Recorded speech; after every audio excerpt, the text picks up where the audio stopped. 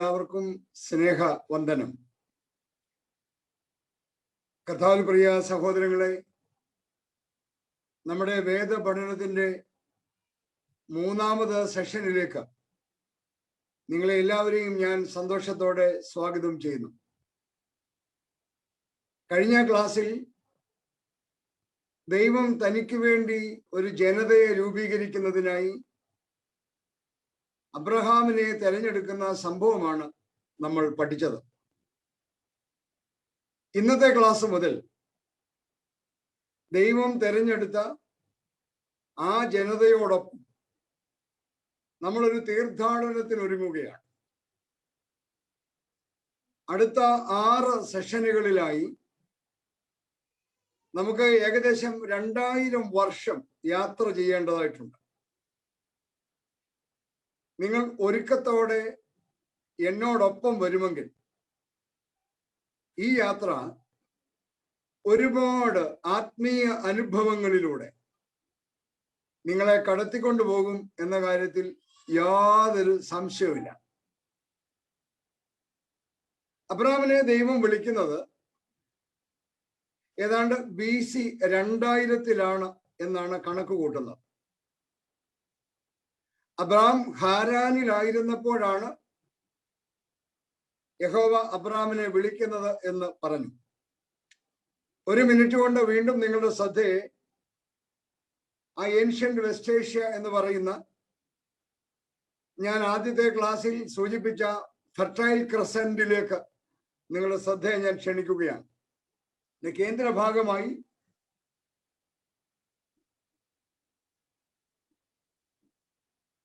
കനാന്റെ പ്രദേശം ഒറ്റ ലൈനിൽ ഞാൻ സൂചിപ്പിക്കുകയാണ്. ഇത് യോർദാൻ നദിയാണ്. യോർദാൻ നദി വന്ന് ഗലീലക്കടലിൽ പതിക്കുന്നു. ഗലീലക്കടലിൽ നിന്ന് യോർദാൻ വീണ്ടും താഴേക്ക് വരുന്നു. അത് ചാവുകടലിൽ പതിക്കുന്നു. ഇതാണ് കനാന്റെ ഒരു ഭൂപ്രദേശം എന്ന് പറയുന്നത്. ഇത് മെഡിറ്ററേനിയൻ കടലാണ്. മെഡിറ്ററേനിയൻ കടൽ. ഇതിന്റെ നമ്മുടെ ഈ മാപ്പിന്റെ വലതുവശത്തായിട്ടാണ് ഞാൻ മെസോപ്പൊത്തേമിയ എന്ന പ്രദേശത്തെ കുറിച്ച് പറഞ്ഞത്. മെസോപ്പൊത്തേമിയ എന്ന് പറയുന്നത്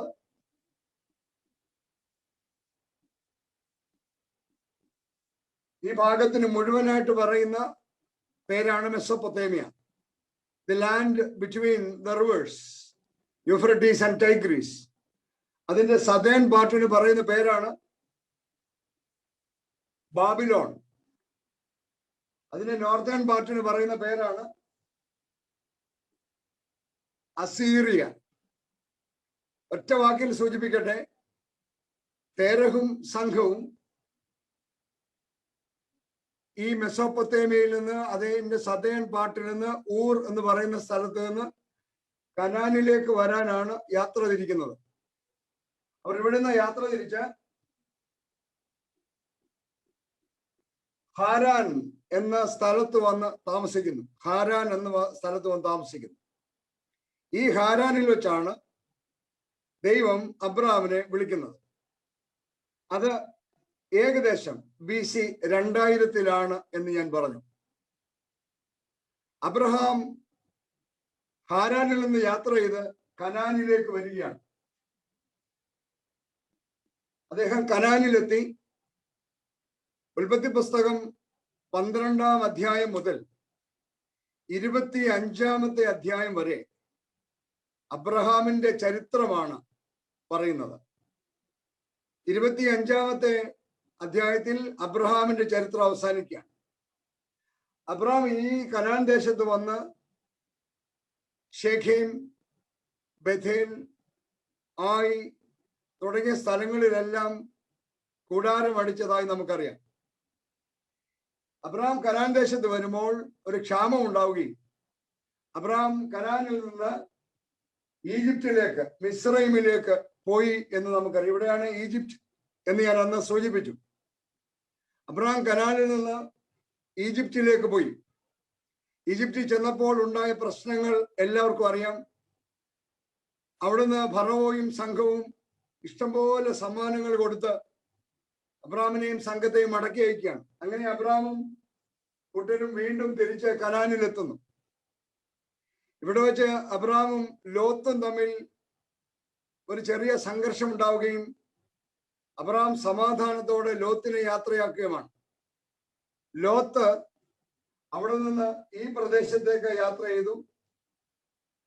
ചാവുകടലിന്റെ തീരമാണ് ഈ സൊദോം ഗൊമോറ എന്ന് പറയുന്ന സ്ഥലങ്ങൾ. എന്നാൽ അബ്രഹാം ഇവിടെ തന്നെ താമസിച്ചു. അബ്രഹാമിന് ഇസഹാക്ക് എന്ന വാഗ്ദത്ത സന്തതി ഉണ്ടായി. ഇസഹാക്ക് അല്പം തെക്കോട്ട് മാറി ബേർഷേബ എന്ന സ്ഥലത്താണ് താമസിച്ചിരുന്നത്. ഇസഹാക്കിന് 2 മക്കൾ ഉണ്ടാകുന്നു, യാക്കോബും ഏശാവും. നമുക്ക് എല്ലാവർക്കും അറിയാം. ആ കുടുംബത്തിൽ പ്രശ്നങ്ങൾ ഉണ്ടാവുന്നു. അങ്ങനെ യാക്കോബ് അവിടെ നിന്നും പദ്ദനരാമിലേക്ക്, പഴയ ഹാരാൻ പ്രദേശത്തേക്ക് പദ്ദനരാമിലേക്ക് പോവുകയാണ്. കുറെ കാലം കഴിഞ്ഞ് വീണ്ടും യാക്കോബ് തിരിച്ചു വരുന്നുണ്ട്. യാക്കോബ് തിരിച്ചു വരുന്നു. യാക്കോബിന്റെ മക്കളിൽ ഒരുവനായിരുന്ന ജോസഫിനോട് അവന്റെ സഹോദരന്മാർക്ക് വല്ലാത്ത അസൂയായിരുന്നെന്നും പ്രശ്നമായിരുന്നുവെന്നും നമുക്കറിയാം. അങ്ങനെ ഒരു ദിവസം ജോസഫ് തൻ്റെ സഹോദരന്മാരെ ക്ഷേമം അന്വേഷിക്കാനായി അവരാടിനെ തീറ്റിയിരുന്ന സ്ഥലത്തേക്ക് പോയി. അവിടെ വെച്ച് അവന്റെ സഹോദരന്മാർ അവനെ പിടിച്ച് ഒരു പൊട്ടക്കിണറ്റിലിടുകയും അവിടെ നിന്ന് ഇസ്മായേലിയ കച്ചവടക്കാർക്ക് വിറ്റ് അവരവനെ മിസ്രൈമിലേക്ക് കൊണ്ടുവരികയും ചെയ്തു. വീണ്ടും ജോസഫ് മിസ്രൈമിലെത്തുകയാണ്. മിസ്രൈമിലെത്തുമ്പോൾ അവിടെ ഒരുപാട് പ്രതിസന്ധികൾ യോസഫിനുണ്ടാകുന്നു. എല്ലാം നമുക്കറിയാവുന്ന വിഷയങ്ങളാണ്. കുറെ കാലം കഴിഞ്ഞപ്പോൾ ജോസഫ് ഇവിടുത്തെ വലിയ പ്രമാണിയായി മാറുകയാണ്. നമുക്ക് വേദപുസ്തകത്തിലേക്ക് ശ്രദ്ധിക്കാം. അബ്രഹാമിന്റെ ആയുഷ്കാലം 175 സംവത്സരമായിരുന്നു. അബ്രഹാം വയോധികനും കാലസമ്പൂർണനുമായി നല്ല വാർദ്ധക്യത്തിൽ പ്രാണനെ വിട്ടു മരിച്ചു എന്ന പ്രയോഗത്തോടെയാണ് ഉൽപ്പത്തി പുസ്തകം 25-ാം അധ്യായം അവസാനിക്കുന്നത്. Abraham lived for 175 years and he died at a ripe old age, having lived a long and satisfying life. അങ്ങനെ ആദ്യത്തെ 25 അധ്യായങ്ങളിൽ 12 മുതൽ 25 വരെയുള്ള അധ്യായങ്ങളിൽ അബ്രഹാമിന്റെ ചരിത്രം അവസാനിക്കാം. ഞാൻ പറഞ്ഞു പിന്നീട് ഇസഹാക്കിന്റെ ചരിത്രമാണ്. വളരെ ചുരുക്കം ചില അധ്യായങ്ങളിൽ മാത്രമാണ് ഇസഹാക്കിനെ കുറിച്ച് നമുക്ക് കാണാൻ കഴിയുന്നത്. പ്രധാനമായും 25, 26, 27 അധ്യായങ്ങളിലാണ് ഇസഹാക്കിനെ കുറിച്ച് പറഞ്ഞിട്ടുള്ളത്. പിന്നീടുള്ള അധ്യായങ്ങളെല്ലാം യാക്കോബിനെ കുറിച്ചും ജോസഫിനെ കുറിച്ചുമുള്ള വിവരണങ്ങളാണ്. അവസാനം ജോസഫ് മിസ്രൈമിലെ പ്രൈം മിനിസ്റ്ററുടെ പദവിയിലെത്തുമ്പോൾ അദ്ദേഹം തൻ്റെ അപ്പനെയും സഹോദരങ്ങളെയും എല്ലാം മിസ്രൈമിലേക്ക് ക്ഷണിക്കുകയാണ്. കാരണം കനാൻ ദേശത്ത് കഠിനമായ ക്ഷാമം, ഭക്ഷണമില്ലായ്മ. അതുകൊണ്ട് ജോസഫ് തൻ്റെ അപ്പൻ യാക്കോബിനെയും തൻ്റെ സഹോദരന്മാരെയും എല്ലാം മിസ്രൈം ദേശത്തേക്ക് ക്ഷണിച്ചു, ഫറവോയുടെ അനുവാദത്തോടെ.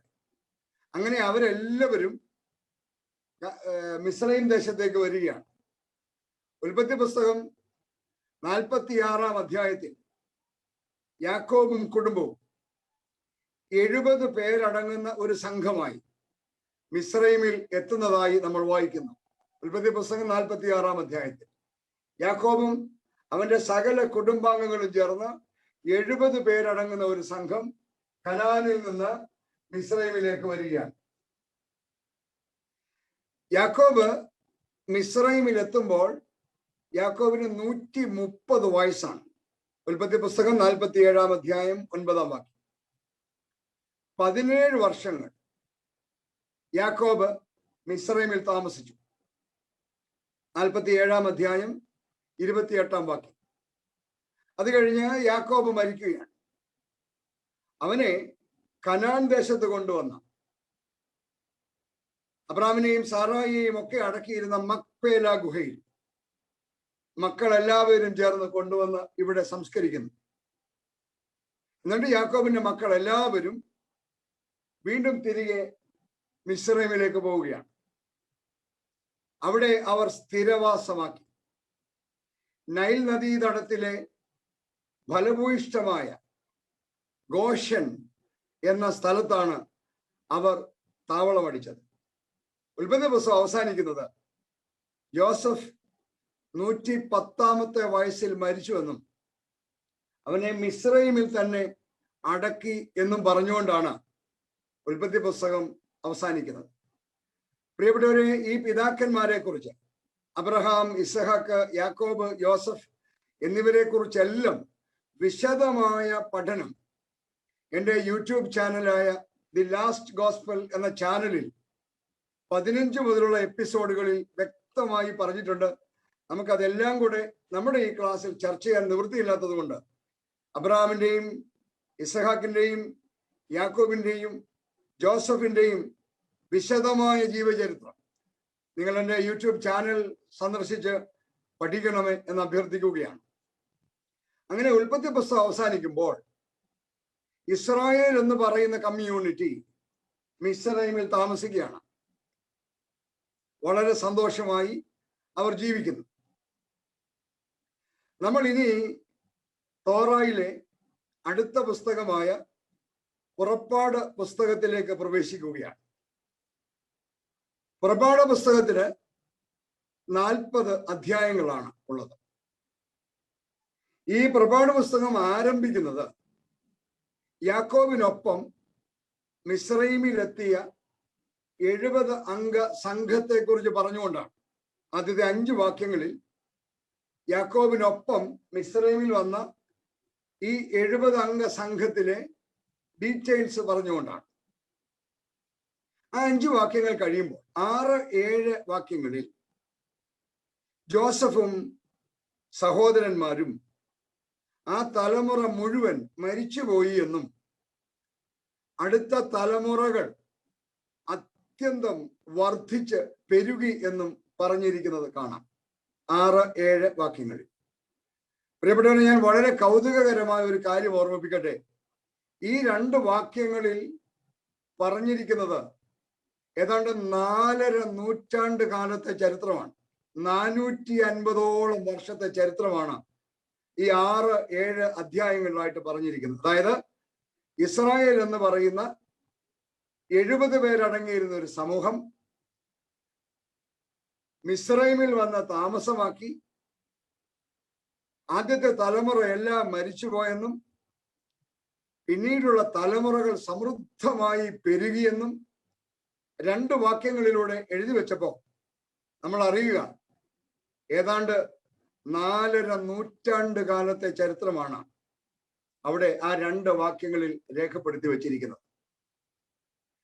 ഇസ്രായേലിന്റെ മിസ്രൈമിലെ വാസം 400 വർഷമായിരിക്കും എന്ന ഉൽപ്പത്തി പുസ്തകത്തിൽ ഒരു സൂചന നൽകുന്നുണ്ട്. ഉൽപ്പത്തി 15:13. എന്നാൽ അത് 430 വർഷമായിരുന്നുവെന്ന് പുറപ്പാട് പുസ്തകത്തിൽ രേഖപ്പെടുത്തിയിട്ടുണ്ട്. പുറപ്പാട് 12:40. ഇനി അടുത്ത വാക്യം നമ്മൾ ശ്രദ്ധിക്കുമ്പോൾ, 8ാമത്തെ വാക്യം ശ്രദ്ധിക്കുമ്പോൾ, ആ 4.5 നൂറ്റാണ്ടിന് ശേഷം മിസ്രൈമിൽ ഉണ്ടാവുന്ന സംഭവ വികാസങ്ങളാണ് അവിടെ രേഖപ്പെടുത്തിയിരിക്കുന്നത്. ഞാൻ ഈ ഭാഗം ഒന്ന് തുടച്ചതിന് ശേഷം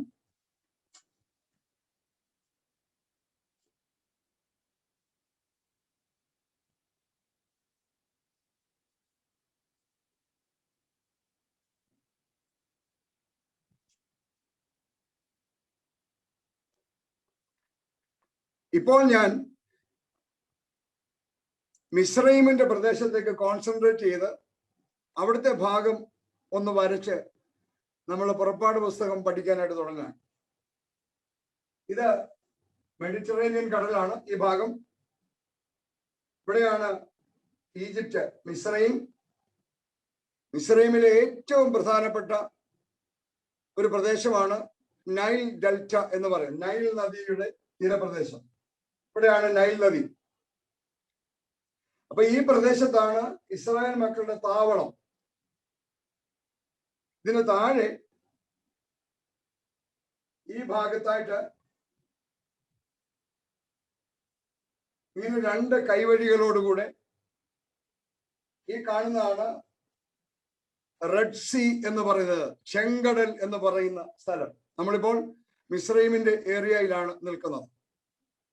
ഇനി നമ്മൾ ശ്രദ്ധിക്കുക, പുറപ്പാട് പുസ്തകം 1-ാം അധ്യായത്തിലെ 8-ാം വാക്യത്തിൽ 4.5 നൂറ്റാണ്ടിന് ശേഷം, ഏകദേശം 450 വർഷത്തിന് ശേഷം മിസ്രൈമിൽ ഉണ്ടാകുന്ന ഒരു സംഭവ വികാസമാണ് നമ്മൾ വായിക്കുന്നത്. അതിങ്ങനെയാണ് രേഖപ്പെടുത്തിയിരിക്കുന്നത്: അനന്തരം ജോസഫിനെ അറിയാത്ത പുതിയൊരു രാജാവ് മിസ്രൈമിലുണ്ടായി എന്നാണ്. വലിയ പീഡനത്തിന്റെയും കൊടിയ യാതനയുടെയും കാലമായിരുന്ന അക്കാലം ഏകദേശം 1 നൂറ്റാണ്ടോളം തുടർന്നു എന്ന് നമുക്ക് കണക്ക് കൂട്ടാവുന്നതാണ്. അതായത് ഈ പുതിയ ഫറവോ വന്ന് അദ്ദേഹത്തിന്റെ പീഡനകാലം, അദ്ദേഹവും അദ്ദേഹത്തിന്റെ അനുയായികളും ഏകദേശം 1 നൂറ്റാണ്ട് നീണ്ടു നിന്നു എന്ന് നമുക്ക് കണക്ക് കൂട്ടാം. ഞാൻ എങ്ങനെയാണത് കണക്ക് കൂട്ടിയതെന്ന് ചോദിച്ചാൽ, ഇസ്രായേൽ മക്കളുടെ ഈ പീഡനകാലത്താണ് മോശ ജനിക്കുന്നത്.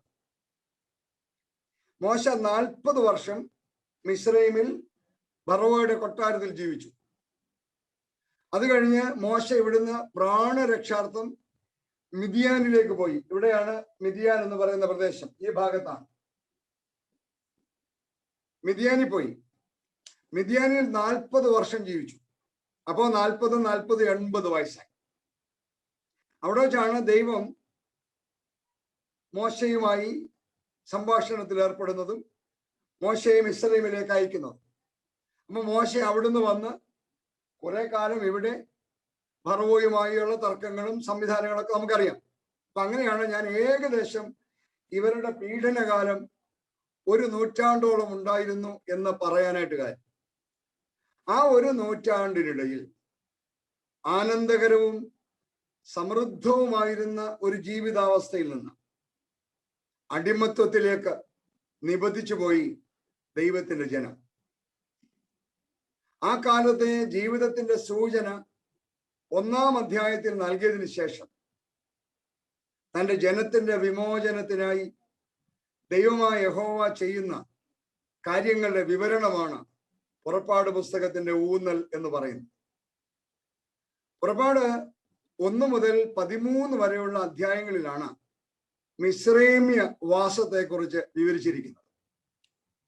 അപ്പോ ഇവിടെ വന്ന് താമസമായി വളരെ സമ്പൽ സമൃദ്ധമായി ഏകദേശം 4.5 നൂറ്റാണ്ട് ജീവിച്ച ഇസ്രായേൽ മക്കൾ പൊടുന്നനെ അവിടുത്തെ ഭരണ സംവിധാനത്തിലുള്ള മാറ്റം കാരണം വലിയ പീഡകൾ അനുഭവിക്കുകയും ഒരുപാട് കഷ്ടപ്പെടുകയും ഏതാണ്ട് 1 നൂറ്റാണ്ടോളം അവർ അവിടെ പീഡനങ്ങളുടെ നടുവിൽ ജീവിക്കുകയും ചെയ്തു.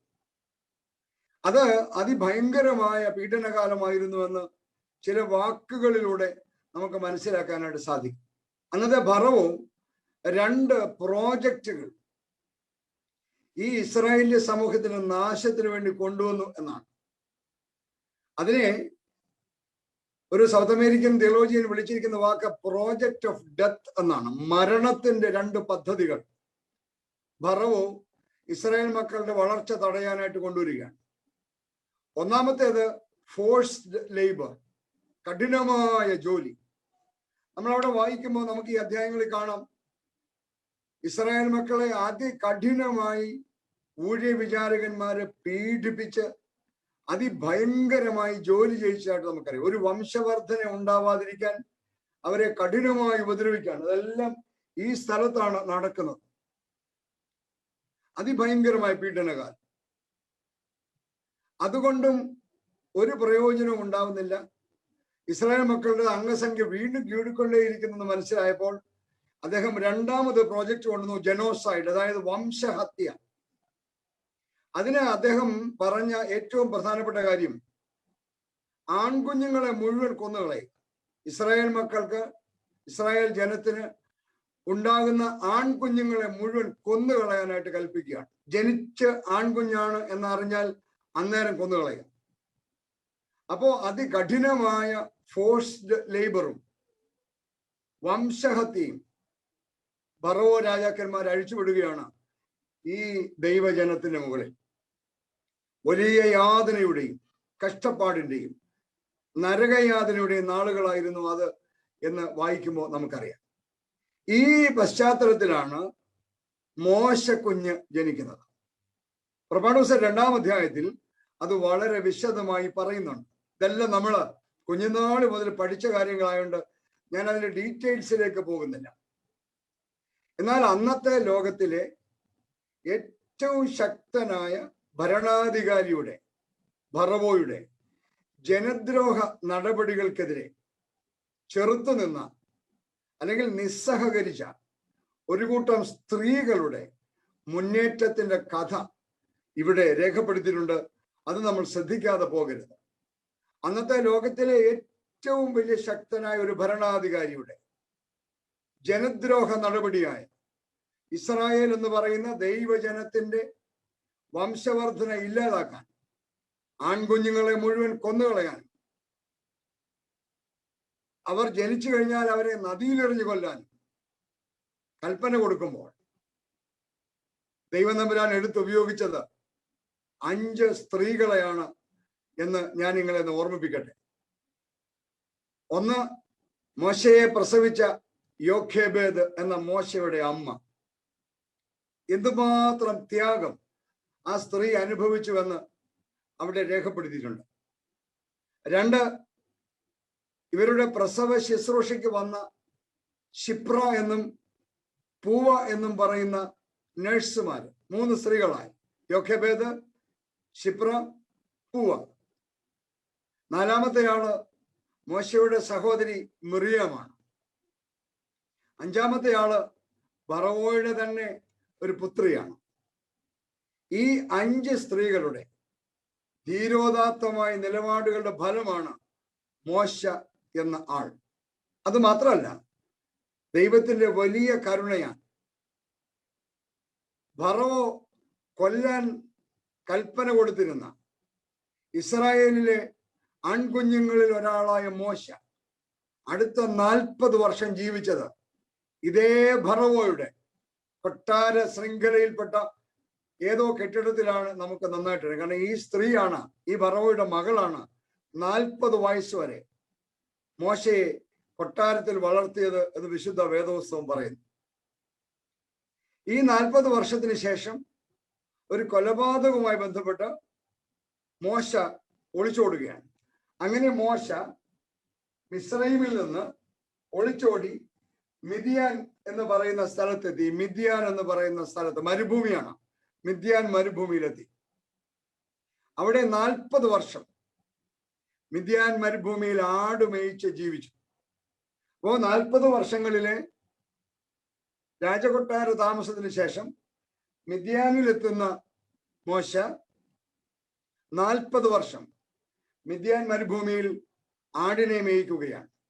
അവിടെ എഴുതിയിട്ടുണ്ട്, അത് അദ്ദേഹം ആടിനെ മേയിച്ചുകൊണ്ടിരുന്ന മുതലാളിയുടെ മകളെ വിവാഹം കഴിച്ചുവെന്നും ആ മുതലാളി ഒരു പുരോഹിതനായിരുന്നെന്നും അങ്ങനെ ഇത്രോവ് എന്ന് പറയുന്ന പുരോഹിതന്റെ മകളെ വിവാഹം കഴിച്ച് അവിടെ മരുമകനായി അദ്ദേഹം ജീവിക്കുകയാണ്. ഒരു ദിവസം 3-ാം അധ്യായത്തിലേക്ക് പ്രവേശിക്കുമ്പോൾ ഒരു ദിവസം മോശ ആടിനെ തീറ്റിക്കൊണ്ടിരിക്കുകയാണ്. അങ്ങനെ ആടിനെ തീറ്റി മോശ യഹോവയുടെ പർവ്വതത്തിലെത്തുന്നു. ഇവിടെയാണ് ആ പർവ്വതം.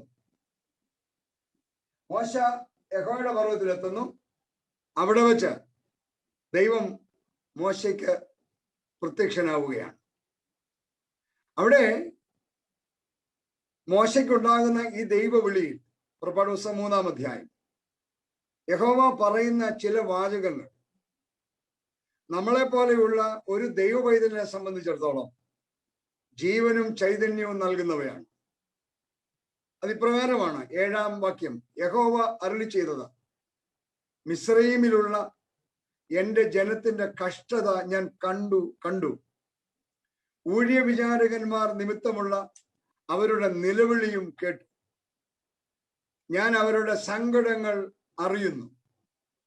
അവരെ മിസ്രൈമ്യരുടെ കയ്യിൽ നിന്ന് വിടുവിപ്പാനും ആ ദേശത്ത് നിന്ന് നല്ലതും വിശാലവുമായ ദേശത്തേക്ക്, പാലും തേനും ഒഴുകുന്ന ദേശത്തേക്ക്, അതായത് കനാനിലേക്ക് അവരെ കൊണ്ടുപോകുവാനും ഞാൻ ഇറങ്ങി വന്നിരിക്കുന്നു. എനിക്ക് ഒരുപാട് സന്തോഷം നൽകുന്ന ഒരു വേദഭാഗമാണ് ഞാൻ ഇപ്പോൾ ഈ പറഞ്ഞത്. പുറപ്പാട് പുസ്തകം 3-ാം അധ്യായം 7 മുതൽ താഴോട്ടുള്ള വാക്യങ്ങൾ. ആ വാക്യം നമ്മളോട് പറയുന്നു, ഇന്ന് ദൈവവചനം കേൾക്കുന്ന എല്ലാ പ്രിയപ്പെട്ടവരോടും പറയുന്നു, നമ്മുടെ ദൈവം എല്ലാം കേൾക്കുന്നവനും, നമ്മുടെ ദൈവം എല്ലാം കാണുന്നവനും, എല്ലാം അറിയുന്നവനും, നമ്മുടെ അടുക്കലേക്ക് ഇറങ്ങി വരുന്നവനുമാണ് എന്നത് എത്രയോ പ്രത്യാശാ നിർഭരമായ വചനങ്ങളാണ്. അപ്പൊ എൻ്റെ ജനത്തിന്റെ നിലവിളി ഞാൻ കേട്ടെന്നും അവരുടെ കണ്ണുനീര് ഞാൻ കണ്ടെന്നും അവരുടെ വേദന ഞാൻ അറിയുന്നെന്നും അതുകൊണ്ട് ഞാൻ അവരുടെ അടുക്കലേക്ക് ഇറങ്ങി വരികയാണ് എന്ന് പറയുന്ന ദൈവത്തെ, ആ ദൈവമാണ് മോശയെ വിളിച്ചിട്ട് മോശയോട് പറയുന്നു, നീ മിസ്രൈമിലേക്ക് പോയി എൻ്റെ ജനത്തെ വിടുവിക്കണം. അങ്ങനെ മോശ മിദ്യാനിൽ നിന്ന് വീണ്ടും മിസ്രൈമിലേക്ക് വരികയാണ്. തൻ്റെ 80-ാമത്തെ വയസ്സിൽ തൻ്റെ സഹോദരൻ അഹരോനോടൊപ്പം മോശ ഫറവോയുടെ അടുത്തെത്തുകയാണ്. പുറപ്പാട് പുസ്തകം 7 മുതൽ 11 വരെയുള്ള അധ്യായങ്ങളിലായി വേദപുസ്തകത്തിൽ നമ്മൾ പഠിക്കുന്ന ഭാഷയിൽ 10 ബാധകൾ അല്ലെങ്കിൽ അത്ഭുതങ്ങൾ, ഞാൻ അവയെ അത്ഭുതങ്ങൾ എന്ന് വിളിക്കാനാണ് ആഗ്രഹിക്കുന്നത്. ബാധ എന്നതിനപ്പുറത്ത്, ബാധ എന്നത് ദൈവത്തെ നിഷേധിച്ച ജനങ്ങൾക്ക് ഉപയോഗിക്കാവുന്ന വാക്കാണ്. മിസ്രൈമ്യർക്കാണ് അത് ബാധയായി മാറിയത്. പക്ഷെ ദൈവത്തെ വിളിക്കുന്ന ദൈവജനത്തിന് അത് അത്ഭുതമായിരുന്നു. അപ്പൊ ഒരേ സംഭവം ഒരു കൂട്ടർക്ക് മിറക്കിളും മറ്റൊരു കൂട്ടർക്ക് ബാധയുമായി മാറുകയാണ്. അപ്പൊ 10 ബാധകളെ മിസ്രൈമിന്റെ പെർസ്പെക്റ്റീവിലാണ് അവിടെ എഴുതിയിരിക്കുന്നത്. പുറപ്പാട് പുസ്തകം 7-ാം അധ്യായം മുതൽ 11-ാം അധ്യായം വരെ 10 ബാധകളെ കുറിച്ച് ഞാൻ പറഞ്ഞല്ലോ. ഞാൻ പറയുന്ന ഭാഷയിൽ 10 അത്ഭുതങ്ങൾ ദൈവം തമ്പുരാൻ അവിടെ ഫറവോയുടെ മുമ്പിൽ കാണിക്കുകയാണ്. 10-ാമത്തെ വലിയ അത്ഭുതം കഴിയുമ്പോൾ ഫറവോ ജനത്തെ വിടാമെന്ന് പറയുന്നു. പുറപ്പാട് എന്ന മഹാസംഭവത്തിന്റെ മുന്നോടിയായി യഹോവ ഇസ്രായേൽ ജനത്തിന് നൽകിയ വലിയ വിമോചനത്തിന്റെ പെരുന്നാളായ പെസഹായുടെ ഒരുക്കങ്ങളും ആചരണങ്ങളുമാണ് പുറപ്പാട് 12-ാം അധ്യായത്തിൽ രേഖപ്പെടുത്തിയിരിക്കുന്നത്. 12-ാം അധ്യായം 37-ാം വാക്യം അനുസരിച്ച് ഈ മിസ്രൈമിൽ നിന്ന് ദൈവം തമ്പുരാൻ തന്റെ ജനത്തെ കനാൻ നാട്ടിലേക്ക് യാത്രയാക്കുകയാണ്. 12-ാം അധ്യായം 37-ാം വാക്യം അനുസരിച്ച് സ്ത്രീകളും കുട്ടികളും കൂടാതെ 6 ലക്ഷം പുരുഷന്മാരാണ് വാഗ്ദത്ത നാട്ടിലേക്ക് യാത്രയാവുന്നത്.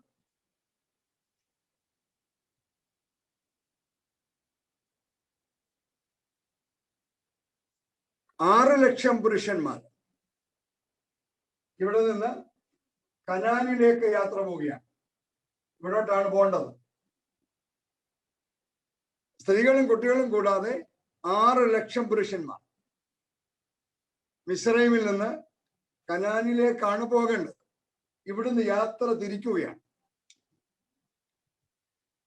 അങ്ങനെ അവർക്ക് പോകാൻ പറ്റിയില്ല എന്ന് അല്പം കഴിയുമ്പോൾ ഞാൻ പറയാം. പക്ഷേ ഉദ്ദേശം കനാൻ നാടാണ്. ദൈവം മോശയോടും പറഞ്ഞാണ്, അവരെ പാലും തേനും ഒഴുകുന്ന നാട്ടിലേക്ക് ഞാൻ കൊണ്ടുപോവുകയാണ്. അങ്ങനെ ഇവിടെ നിന്നും സ്ത്രീകളെയും കുട്ടികളെയും കൂടാതെ 6 ലക്ഷം പുരുഷന്മാർ വാഗ്ദത്ത നാട്ടിലേക്ക് പോകാൻ യാത്ര തിരിക്കുകയാണ്.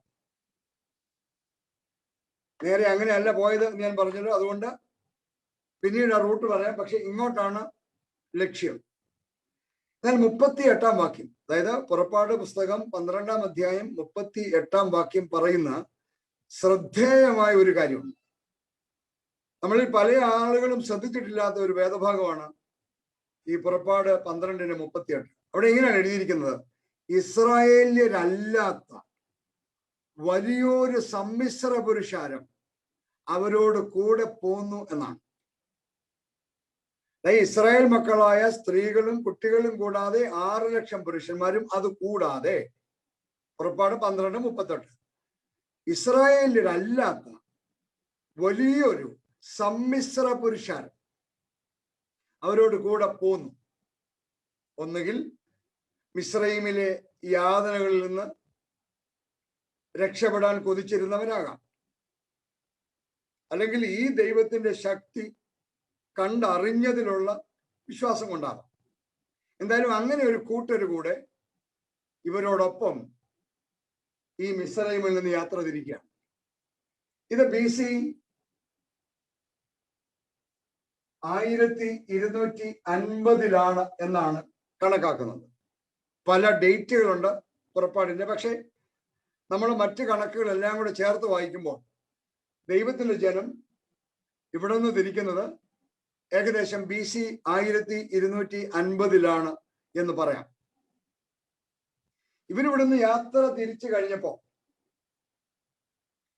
ഇങ്ങോട്ട് പോകേണ്ട ആളുകൾ, ഇവിടെ എല്ലാം ഫെലിസ്ത്യര് തുടങ്ങിയുള്ള ആളുകളാണ് താമസിക്കുന്നത്. അങ്ങോട്ട് പോകുമ്പോ ഇവരൊക്കെ ഇസ്രായേലിന് ഭീഷണിയാകും എന്ന് ദൈവത്തിന് തോന്നി. ഇവര് പേടിക്കും എന്ന് കണ്ട് ദൈവം അവരെ മരുഭൂമിയിൽ കൂടെ കൊണ്ടുപോകാൻ പ്ലാൻ ചെയ്യുകയാണ്. അപ്പൊ ഇസ്രായേൽ മക്കൾ ഇവിടുന്ന് 1250 യാത്ര തിരിച്ച് നേരെ ഇങ്ങോട്ടാണ് വരുന്നത്. ഇങ്ങോട്ട് വരാൻ കാര്യമുണ്ട്. മോശ ദൈവത്തോട് ചോദിച്ചല്ലോ, ഞാൻ ഇവരെ വിടുവിച്ചുകൊണ്ട് വരുമെന്നതിന് തെളിവെന്തുവാണ്? അപ്പൊ ദൈവം മോശയോട് പറയുന്നുണ്ട്, നീ നിന്റെ ജനത്തെയും കൊണ്ട് ഈ മലയിൽ വന്ന് എന്നെ ആരാധിക്കും എന്ന് പറയുന്നുണ്ട്. അതാണ് ഒരു തെളിവ് എന്ന് പറയുകയാണ്. അപ്പൊ ഇവിടെയാണ് സീനായി പർവ്വതം. ഹോറേബ് എന്നും സീനായി എന്ന് അറിയപ്പെടുന്ന ഒരേ പർവ്വതമാണ്, രണ്ട് ട്രഡീഷണൽ പേരാണ്. അപ്പൊ ഇസ്രായേൽ മക്കൾ ഇവിടെ നിന്ന് നേരെ സീനായിലേക്കാണ് പോകുന്നത്. ഓർത്ത് നോക്കണം, എത്ര ലക്ഷം ആളുകളാണ് അവിടുന്ന് യാത്ര തിരിക്കുന്നതെന്ന്. BC 1250 ഇവിടുന്ന് യാത്ര തിരിച്ചു കഴിഞ്ഞപ്പോൾ ഫറവോയുടെ സൈന്യം ഇവരുടെ പുറകെ കൂടുകയാണ്. ഈ പുറപ്പാട് യാത്രയുടെ വിശദാംശങ്ങൾ പല തർക്കങ്ങളുണ്ടെങ്കിലും ഏകദേശ ധാരണ അനുസരിച്ച് ഇവർ പോയ റൂട്ട് നമുക്ക് മനസ്സിലാകും. 3 മാസം നീണ്ടു നിന്ന ആദ്യഘട്ട യാത്രയാണ് 13 മുതൽ 18 വരെയുള്ള അധ്യായങ്ങളിൽ രേഖപ്പെടുത്തിയിരിക്കുന്നത്. ആദ്യത്തെ 3 മാസം നീണ്ട യാത്ര. ആ യാത്ര ഇവിടെ നിന്ന് തിരിച്ച് ഈ സീനായി മലയുടെ അടിവാരത്തിലെത്തുന്ന കാലമാണ് 3 മാസത്തെ യാത്ര. ഞാൻ പറഞ്ഞല്ലോ, ഈ റൂട്ടിനെ സംബന്ധിച്ച് അഭിപ്രായ വ്യത്യാസങ്ങൾ ഉണ്ടെങ്കിലും ഒരു കാര്യം വ്യക്തമാണ്, ഈ ഫെലിസ്ത്യരുടെ നാട്ടിൽ കൂടെ ഇവരെ കൊണ്ടുപോകാതെ മരുഭൂമിയിൽ കൂടെ ചുറ്റിച്ചാണ് ദൈവം തമ്പുരാൻ കൊണ്ടുപോയത് എന്ന് ചെങ്കടലിനരികെയുള്ള മരുഭൂമിയിൽ കൂടി ദൈവം ജനത്തെ ചുറ്റി നടത്തി എന്നാണ് 13-ാം അധ്യായം 17-18 വാക്യങ്ങളിൽ നമ്മൾ വായിക്കുന്നത്. അപ്പോൾ ഇവിടുന്ന് തിരിച്ച് ഇങ്ങോട്ട് വരികയാണ്. ഇതാണ് ചെങ്കടൽ. ഈ ചെങ്കടലിന്റെ ഏത് ഭാഗത്തൂടെയാണ് അവർ ക്രോസ് ചെയ്തതെന്ന് നമുക്ക് നിശ്ചയില്ല. ഇത് ചെങ്കടലാണ്. അതിന് 2 കൈവഴികളാണ് നമ്മൾ ഈ കാണുന്നത്. ഈ കൈവഴി വിശുദ്ധ നാട്ടിൽ പോയിട്ട് ആളുകൾക്കറിയാം, ഇത് സൂയസ് കനാലിന്റെ ഭാഗമാണ്. ഇതിന്റെ അടിയിൽ കൂടാണ് നമ്മളിപ്പോൾ ഇസ്രായേലിൽ നിന്ന് ഈജിപ്തിലേക്ക് പോകുന്ന ആളുകൾ ഈ സൂയസ് കനാലിന്റെ അടിയിൽ കൂടാണ് ഈജിപ്തിലോട്ട് യാത്ര ചെയ്യുന്നത്. ഞാൻ 3-4 പ്രാവശ്യം ഞാൻ പോയിട്ടുണ്ട്. നിങ്ങളിൽ മിക്ക ആളുകളും ഈ വഴി പോയിട്ടുണ്ടെന്ന് ഞാൻ വിചാരിക്കുന്നു. ഇസ്രായേലിൽ നിന്ന് നമ്മൾ ബസ്സിൽ ഈജിപ്തിലേക്ക് പോകുമ്പോൾ നമ്മൾ പോകുന്നത് ഈ സൂയസ് കനാലിന്റെ അടിയിലൂടെയാണ്. അപ്പോ ഈ ഭാഗത്ത് എവിടെയോ ആണ് അവർ ക്രോസ് ചെയ്തത്. ഇതാണ് റെഡ് സീ എന്ന് പറയുന്ന, ചെങ്കടൽ എന്ന് പറയുന്ന പ്രദേശം. പക്ഷെ ഇവിടെ വന്നപ്പോ ഒരു വലിയ പ്രശ്നം, അവർ ഏത് ഭാഗമാണ് ക്രോസ് ചെയ്തെന്ന് നമുക്കറിയില്ല. പക്ഷേ ഇവര് ചെങ്കടലിന്റെ അടുത്ത് വരുമ്പോൾ പുറകെ ഫറവോന്റെ സൈന്യമാണ്. ദൈവം തമ്പുരാൻ ഇവരെ ചുറ്റി നടത്തിയത് അല്പം പ്രയാസമായി പോയെങ്കിലും ലോക ചരിത്രത്തിലെ ഏറ്റവും വലിയൊരു അത്ഭുതം അതിന്റെ അനുഭവക്കാരാകാൻ അതുകൊണ്ട് ദൈവജനത്തിന് കഴിഞ്ഞു എന്നതാണ് ഭാഗ്യകരമായ ഒരു അവസരം എന്ന് ഞാൻ വിചാരിക്കും. ദൈവം തന്റെ വാഗ്ദത്വം നിറവേറ്റാൻ എത്രമാത്രം ശക്തനാണ് എന്ന് ബോധ്യപ്പെടുത്തുന്ന സംഭവമാണ് ഈ ചെങ്കടൽ അത്ഭുതം എന്ന് പറയുന്നത്. കടലിനെ രണ്ടായി വിഭജിച്ച് തന്റെ ജനത്തെ മറുകര കടത്തി എന്ന് മാത്രമല്ല, അവരുടെ ശത്രു സൈന്യത്തെ മുഴുവൻ അതേ കടലിൽ മുക്കി കൊന്നുകളഞ്ഞു ദൈവം. പ്രിയപ്പെട്ടവരെ, ഇവിടെ നേരെ കണക്ക് കൂട്ടിയാൽ വെറും 11 ദിവസം കൊണ്ട് കാൽനടയായി എത്താവുന്ന ഒരു സ്ഥലം അതിലെ കൊണ്ടുപോകാതെ അവരെ ദൈവം തമ്പുരാൻ ഈ മരുഭൂമിയെ കൂടെ ചുറ്റി നടത്തി കൊണ്ടുവരുമ്പോ ജീവിതത്തിലെ ഏറ്റവും വലിയ ഒരു അത്ഭുതത്തിന് സാക്ഷികളാകാൻ ദൈവം അവർക്ക് അവസരം കൊടുത്തു. അങ്ങനെയാണ് ചെങ്കടൽ അത്ഭുതം നടക്കുന്നത്. ഞാൻ പറഞ്ഞല്ലോ, ചെങ്കടലിനെ ദൈവം രണ്ടായി വിഭാഗിച്ചു. തന്റെ ജനത്തെ അതിലൂടെ മറുകര കടത്തിയതിനു ശേഷം അവരെ പിന്തുടർന്നു വന്ന ശത്രുക്കളെ ഒന്നടങ്കം ആ വെള്ളത്തിൽ മുക്കിക്കൊല്ലുകയാണ്. ഒരു വാചകം ഞാൻ പറയാം. പ്രതിസന്ധികളെ അനുഗ്രഹ പദ്ധതികളാക്കുന്ന ഒരു ദൈവത്തെയാണ് നമ്മൾ ചെങ്കടൽ കരയിൽ കണ്ടുമുട്ടുന്നത്. പ്രതിസന്ധികളെ, ജീവിതത്തിന്റെ പ്രതിസന്ധികളെ, വൈതരണികളെ, മുന്നോട്ട് പോകാൻ നിവൃത്തിയില്ല എന്ന് തോന്നുന്ന രംഗങ്ങളെ അനുഗ്രഹ പദ്ധതികളാക്കി രൂപാന്തരപ്പെടുത്തുന്ന ശക്തനായ ഒരു ദൈവത്തെയാണ് നമ്മൾ ചെങ്കടലിന്റെ കരയിൽ കണ്ടുമുട്ടുന്നത് എന്ന് ഞാൻ നിങ്ങളെ ഓർമ്മിപ്പിക്കട്ടെ. പ്രിയപ്പെട്ടവരെ, ജനം ചെങ്കടൽ കടന്നു സീനായി മലയുടെ അടിവാരത്തിലെത്തുകയാണ്. ഈ എത്തുന്നതിന് മുമ്പ് ഈ വഴിയാത്രയിൽ ചില കാര്യങ്ങൾ സംഭവിച്ചു. ഞാൻ ഇങ്ങനെയാ പറയുന്നത്, എന്തെല്ലാം കണ്ടാലും എന്തെല്ലാം അനുഭവിച്ചാലും വിശ്വസിക്കാത്ത, ദൈവത്തിന്റെ ഭാഷയെ പറഞ്ഞാൽ ദുശാഠ്യമുള്ള ഒരു ജനത്തെയാണ് നാം ഇവിടെ കാണുന്നത്. ചില ഉദാഹരണങ്ങൾ ഞാൻ പറയാം. ഇത്ര വലിയ ഒരു അത്ഭുതത്തിന്റെ അനുഭവക്കാരായിരുന്നു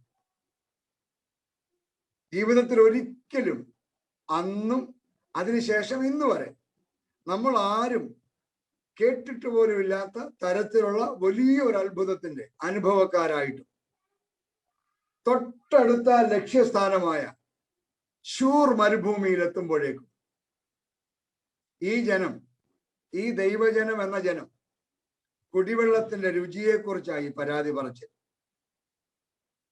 ഞങ്ങൾ എന്ത് കുടിക്കും എന്ന് പറഞ്ഞ് അവർ മോശയ്ക്ക് നേരെ പിറുപിറുത്തു എന്നാണ് എഴുതിയിരിക്കുന്നത്. വലിയ ഒരു സമുദ്രത്തിലെ വെള്ളത്തെ മതില് പോലെ നിർത്തി അതിനെ നടുവിലൂടെ ദൈവം തമ്പുരാൻ അവരെ മറുകര കടത്തി അക്കരെ എത്തിച്ച് അത്ഭുതം പ്രവർത്തിച്ച ഒരു ദൈവത്തിന് മുമ്പിൽ ഞങ്ങൾ എന്ത് കുടിക്കും എന്ന് പരാതി പറയുന്ന, പിറുപിറുക്കുന്ന, വിശ്വാസമില്ലാത്ത, ദുശാഠ്യമായ ഒരു കൂട്ടം ആളുകളെയാണ് നമ്മൾ അവിടെ കാണുന്നത്. ഞാൻ ആ ഭാഗം വായിക്കുമ്പോൾ എനിക്ക് പോലും ആ ജനത്തോട് അങ്ങ് ദേഷ്യം തോന്നുക. ഒരു വലിയ സമുദ്രത്തിന്റെ നടുവിൽ വെള്ളത്തെ ചിറ പോലെ നിർത്തി അതിന് നടുക്കൂടെ ഈ ലക്ഷക്കണക്കിന് ആളുകളെ മറുകര എത്തിച്ച് അതിന് പുറകെ വന്നവനെ മുഴുവൻ, ഇവന്റെ ശത്രു സൈന്യത്തെ മുഴുവൻ ആ വെള്ളത്തിൽ മുക്കിക്കൊന്ന ഒരു ദൈവത്തിന്റെ അത്ഭുതം കണ്ടിട്ടും അക്കരെ കയറി ഉടനെ വെള്ളത്തിന്റെ ടേസ്റ്റ് പോരാൻ പിറുപിറുക്കാൻ തുടങ്ങാൻ. മോശയ്ക്ക് നേരെ പിറുപിറുത്തു. ഞങ്ങൾ എന്നാ കുടിക്കും? അതാ ചോദ്യം. തൊട്ടടുത്ത അധ്യായത്തിൽ, അധ്യായം 16, തീറ്റയെ കുറിച്ചായി പരാതി. ഇപ്പൊ വെള്ളത്തെ കുറിച്ചായിരുന്നു പരാതി. 16-ാം അധ്യായത്തിൽ വരുമ്പോൾ തീറ്റയെ കുറിച്ചായി പരാതി. ഇപ്പോൾ സീൻ മരുഭൂമിയിലാണ് അവർ. ഇതെല്ലാം ഈ സീനായി മലയുടെ അടുത്തെത്തുന്നതിന് മുമ്പത്തെ സംഭവമാണ്. വെറും 3 മാസത്തിനിടയ്ക്ക് നടന്ന കാര്യങ്ങളാണ്. അപ്പോൾ വെള്ളത്തെക്കുറിച്ചുള്ള പരാതി പറഞ്ഞു. അത് കഴിഞ്ഞപ്പോൾ തീറ്റയെക്കുറിച്ചായി പരാതി. അവിടെ പറയുന്ന വാചകം എങ്ങനെയാണ്? 16-ാം അധ്യായത്തിൽ മിശ്രയുമായിരുന്നു നല്ലത് എന്ന അവരുടെ പിറുപിറുപ്പ്. അവിടെ പറയുന്നൊരു വാചകമുണ്ട്, ഞാൻ എൻ്റെ ഭാഷ പറയാണ്, അടി കൊണ്ടാലും തൊഴി കൊണ്ടാലും തീറ്റ കിട്ടുമായിരുന്നു.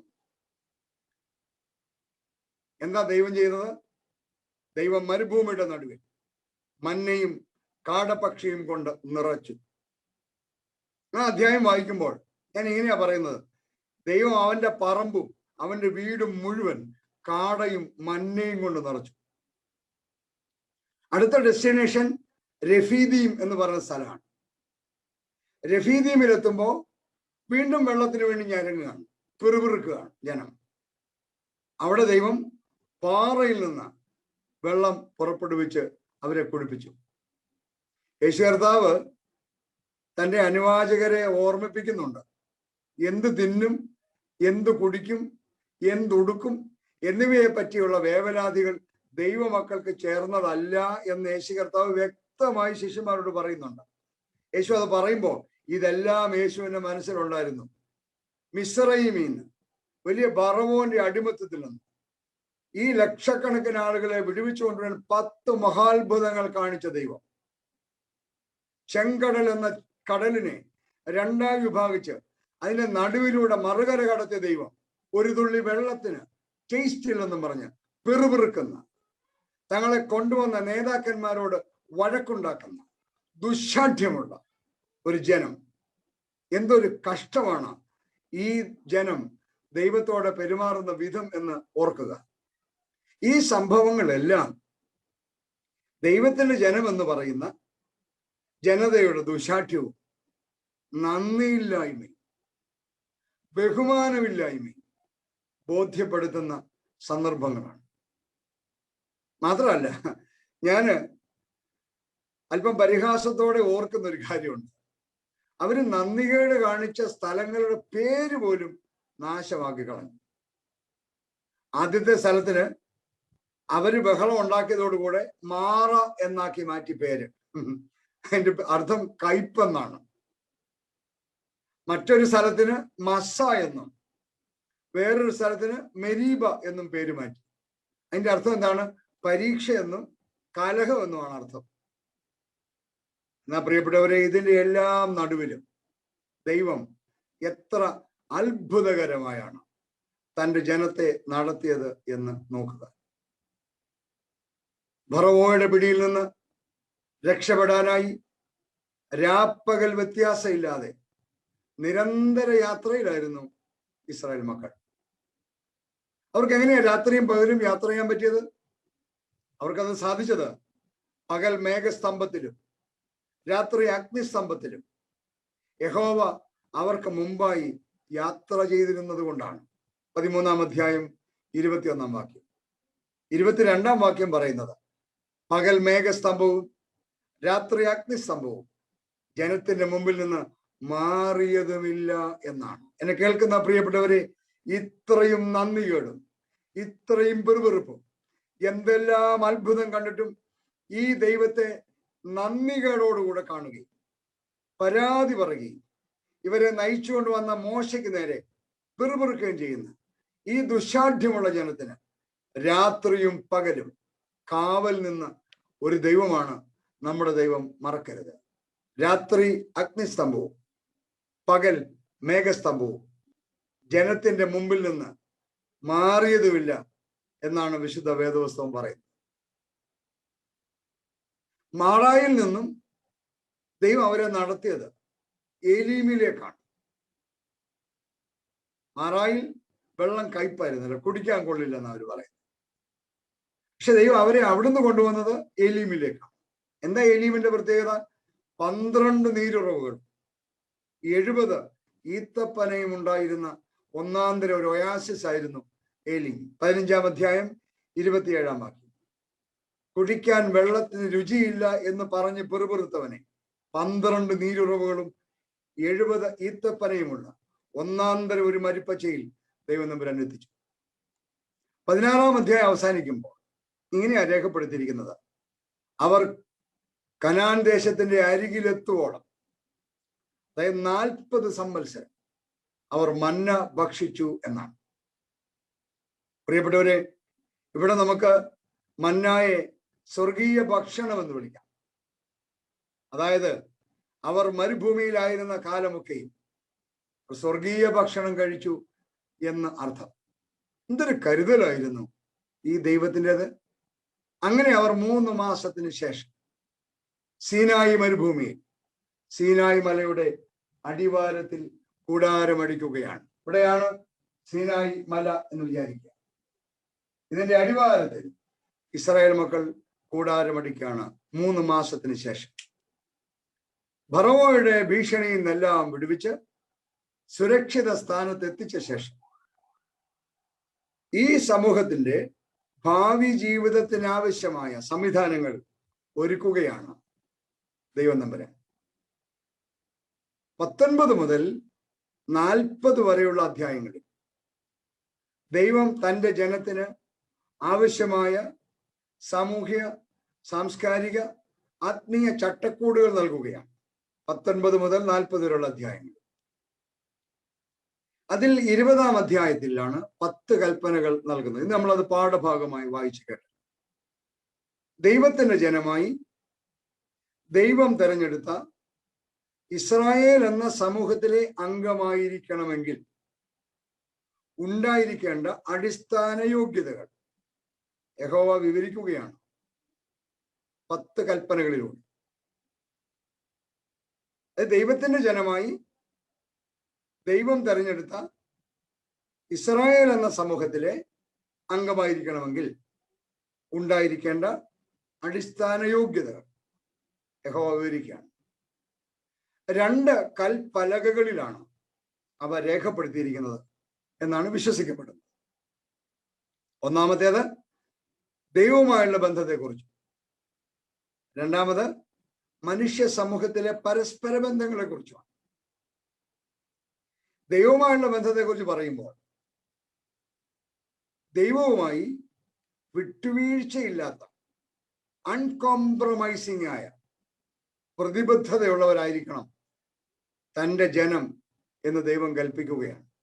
നമുക്കറിയാം, ഈ സീനായി മലയുടെ അടിവാരത്തിൽ ജനം താമസിക്കുമ്പോൾ ദൈവം മോശയെ ഈ സീനായി മലയിലേക്ക് ക്ഷണിച്ച് 40 ദിവസം ദൈവത്തോടൊത്ത് താമസിച്ച് ദൈവം തമ്പുരാൻ കൊടുത്ത നിർദ്ദേശങ്ങളാണ് ഈ 19 മുതൽ 40 വരെയുള്ള അധ്യായങ്ങളിൽ രേഖപ്പെടുത്തിയിരിക്കുന്നത്. അപ്പൊ ഇവിടെ നിന്നാണ് ദൈവം ഈ കൽപ്പനകൾ എഴുതി മോശയെ ഏൽപ്പിച്ച് വിടുന്നത്. അപ്പൊ ആദ്യത്തെ കൽപ്പലകയിലുള്ളതാണ് ദൈവത്തോടുള്ള ബന്ധത്തെക്കുറിച്ച്. ഞാൻ പറഞ്ഞല്ലോ, ഈ ദൈവവും തൻ്റെ ജനവും തമ്മിൽ ഒരു അൺകോംപ്രമൈസിംഗ് ആയ പ്രതിബദ്ധത, അതായത് യാതൊരുവിധ വിട്ടുവീഴ്ചയുമില്ലാത്ത ബന്ധം. ഈ ജനം അങ്ങനെ ആയിരിക്കണമെന്നാണ് ദൈവത്തിന്റെ കൽപ്പന. അതുകൊണ്ടാണ് പറയുന്നത്, ഞാനല്ലാതെ അന്യ ദൈവങ്ങൾ നിനക്ക് ഉണ്ടാകരുത്, നീ വിഗ്രഹം ഉണ്ടാക്കരുത്, നിന്റെ ദൈവത്തിന്റെ നാമം നീ വൃഥ എടുക്കരുത്, ശബത്ത് നാളിനെ ശുദ്ധീകരിക്കണം. ഇതെല്ലാം അതാണ് വ്യക്തമാക്കുന്നത്. മാത്രമല്ല, അവിടെ ഒരു വാക്ക് കൊടുത്തിട്ടുണ്ട്, ഞാൻ തീക്ഷ്ണതയുള്ള ദൈവമാണ്. ആ തീക്ഷ്ണത എന്ന മലയാളം വാക്ക് ഒരല്പം അർത്ഥശങ്ക ഉണ്ടാക്കുന്നതാണ്. പക്ഷെ അവിടെ ഹീബ്രുവിന്റെ പരിഭാഷ I M A jealous God എന്നാണ്. ജലസ് എന്ന് പറയുമ്പോൾ, ജലസി എന്ന് പറയുമ്പോൾ നമ്മൾ വേണമെങ്കിൽ പറയാം അസൂയ എന്ന് നമുക്ക് ട്രാൻസ്ലേറ്റ് ചെയ്യാം. അതൊരു തരത്തിൽ വേണമെങ്കിൽ അത് ശരിയാണെന്ന് പറയേണ്ടി വരും. കാരണം നിന്നെ മിസ്രയീമിൽ നിന്ന് വിടുവിച്ച ദൈവം ഞാനാണ്.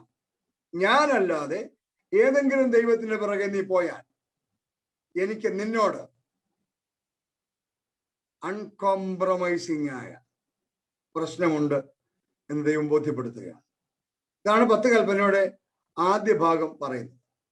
ഈ രണ്ടാമത്തെ കൽപ്പലകയിൽ പരസ്പര ബന്ധങ്ങളെ കുറിച്ച് പറയുമ്പോൾ എല്ലാവരെയും ബഹുമാനിക്കുന്ന, കരുതുന്ന, നീതിപൂർവമായ, ചൂഷണരഹിതമായ ഒരു സമൂഹമായിരിക്കണം തൻ്റെ ജനം എന്ന് ദൈവം കൽപ്പിക്കുകയാണ്.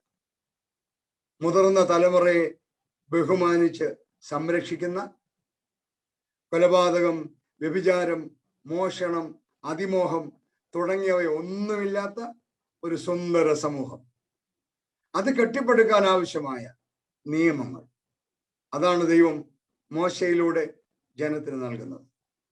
അത് കൂടാതെ 21 മുതൽ 23 വരെയുള്ള അധ്യായങ്ങളിൽ സമൂഹത്തിന്റെ നീതിപൂർവമായ നിലനിൽപ്പിനാവശ്യമായ മറ്റ് നിയമനിർദ്ദേശങ്ങളാണ് നൽകിയിരിക്കുന്നത്. ഇവയെപ്പറ്റി ദൈവം മോശയോട് പറയുന്ന വാചകം ശ്രദ്ധേയമാണ്. അവരുടെ മുൻപാകെ നീ വെക്കേണ്ട ന്യായങ്ങളാവിത് എന്നാണ് 21-ാം അധ്യായം 1-ാം വാക്യം. 24-ാം അധ്യായത്തിൽ ജനം ദൈവത്തിന്റെ കൽപ്പനകളെല്ലാം ഞങ്ങൾ അനുസരിച്ചു കൊള്ളാം എന്ന് പ്രതിജ്ഞ ചെയ്യുകയാണ്. 24-ാം അധ്യായം 7-ാം വാക്യം, യഹോവ കൽപ്പിച്ചതൊക്കെയും ഞങ്ങൾ അനുസരിച്ച് നടക്കുമെന്ന് അവർ പറഞ്ഞു. 25-ാം അധ്യായത്തിലേക്ക് വരുമ്പോൾ ദൈവജനത്തിന്റെ ജീവിതത്തിലെ അതിപ്രധാനമായ ഒരു ഏടിന്റെ നാന്ദി കുറിക്കലാണ് രേഖപ്പെടുത്തിയിരിക്കുന്നത്. അതായത് ദൈവം തൻ്റെ ജനത്തിന്റെ നടുവിൽ വസിക്കാൻ ആഗ്രഹിക്കുന്നു. എന്തൊരു പ്രയോഗമാണ്! ദൈവം തൻ്റെ ജനത്തിന്റെ നടുവിൽ വസിക്കാൻ ആഗ്രഹിക്കുന്നുവെന്ന്. ഇതുവരെ ദൈവം പറഞ്ഞത് മോശയല്ലാതെ ആരും ഈ വിശുദ്ധ പർവ്വതത്തിലേക്ക് കയറരുത്. ഏതെങ്കിലും ഒരു മനുഷ്യൻ, മൃഗം പോലും ഈ പർവ്വതത്തെ തൊട്ടുപോയാൽ മരിച്ചു പോകും. ഇവര് താഴ്വരയിലാണ് ജനം താമസിക്കുന്നത്. എന്നാൽ ആ ദൈവം ഇപ്പോൾ മോശയോട് പറയുകയാണ്. ഇങ്ങനെയാണ് വാചകം, 8-ാം അധ്യായം 9-ാം വാക്യം, 8-9 വാക്യങ്ങൾ. 25-ാം അധ്യായത്തിന്റെ 8-9 വാക്യങ്ങൾ. ഞാൻ അവരുടെ നടുവിൽ വസിപ്പാൻ അവർ എനിക്ക് ഒരു വിശുദ്ധ മന്ദിരം ഉണ്ടാക്കണം. തിരുനിവാസവും അതിന്റെ ഉപകരണങ്ങളും ഞാൻ കാണിക്കുന്ന മാതൃക പ്രകാരമൊക്കെയും തന്നെ ഉണ്ടാക്കണം. അപ്പൊ ദൈവന്റെ പ്ലാൻ, ഡിസൈൻ, കാര്യങ്ങളെല്ലാം ദൈവം മോശയെ പറഞ്ഞ് മനസ്സിലാക്കുകയാണ്. ദൈവത്തിന് തൻ്റെ ജനത്തിന് നടുവിൽ വസിക്കാൻ ആഗ്രഹം. ഇത്രയൊക്കെ പിറുപിറുപ്പും മത്സര മനോഭാവവും അനുസരണക്കേടും നന്ദിയില്ലായ്മയും കാണിച്ചിട്ടും ഈ ജനത്തിന് നടുവിൽ വസിക്കാൻ ദൈവം ആഗ്രഹിക്കുകയാണ്. തുടർന്ന് തിരുനിവാസവുമായി ബന്ധപ്പെട്ട എല്ലാ വിശദാംശങ്ങളും ദൈവം മോശയ്ക്ക് നൽകുകയാണ്. 31 വരെയുള്ള അധ്യായങ്ങൾ. 31-ാം അധ്യായം അവസാനിക്കുമ്പോൾ ദൈവം തൻ്റെ വിരൽ കൊണ്ട് എഴുതിയ 2 കൽപ്പലകകളുമായി യഹോവയുടെ പർവ്വതത്തിൽ നിന്ന് ഇറങ്ങി വരുന്ന മോശയാണ് നമ്മൾ കാണുന്നത്. എന്നാൽ 32-ാം അധ്യായം, പുറപ്പാട് പുസ്തകം 32-ാം അധ്യായം ദൈവജനത്തിന്റെ ആത്മീക അധപ്പതനത്തിന്റെ ഇരുണ്ട അധ്യായമാണ്. മോശ 40 ദിവസമായി ദൈവ സംസർഗത്തിൽ പർവ്വതത്തിന്റെ പുറത്താണ്.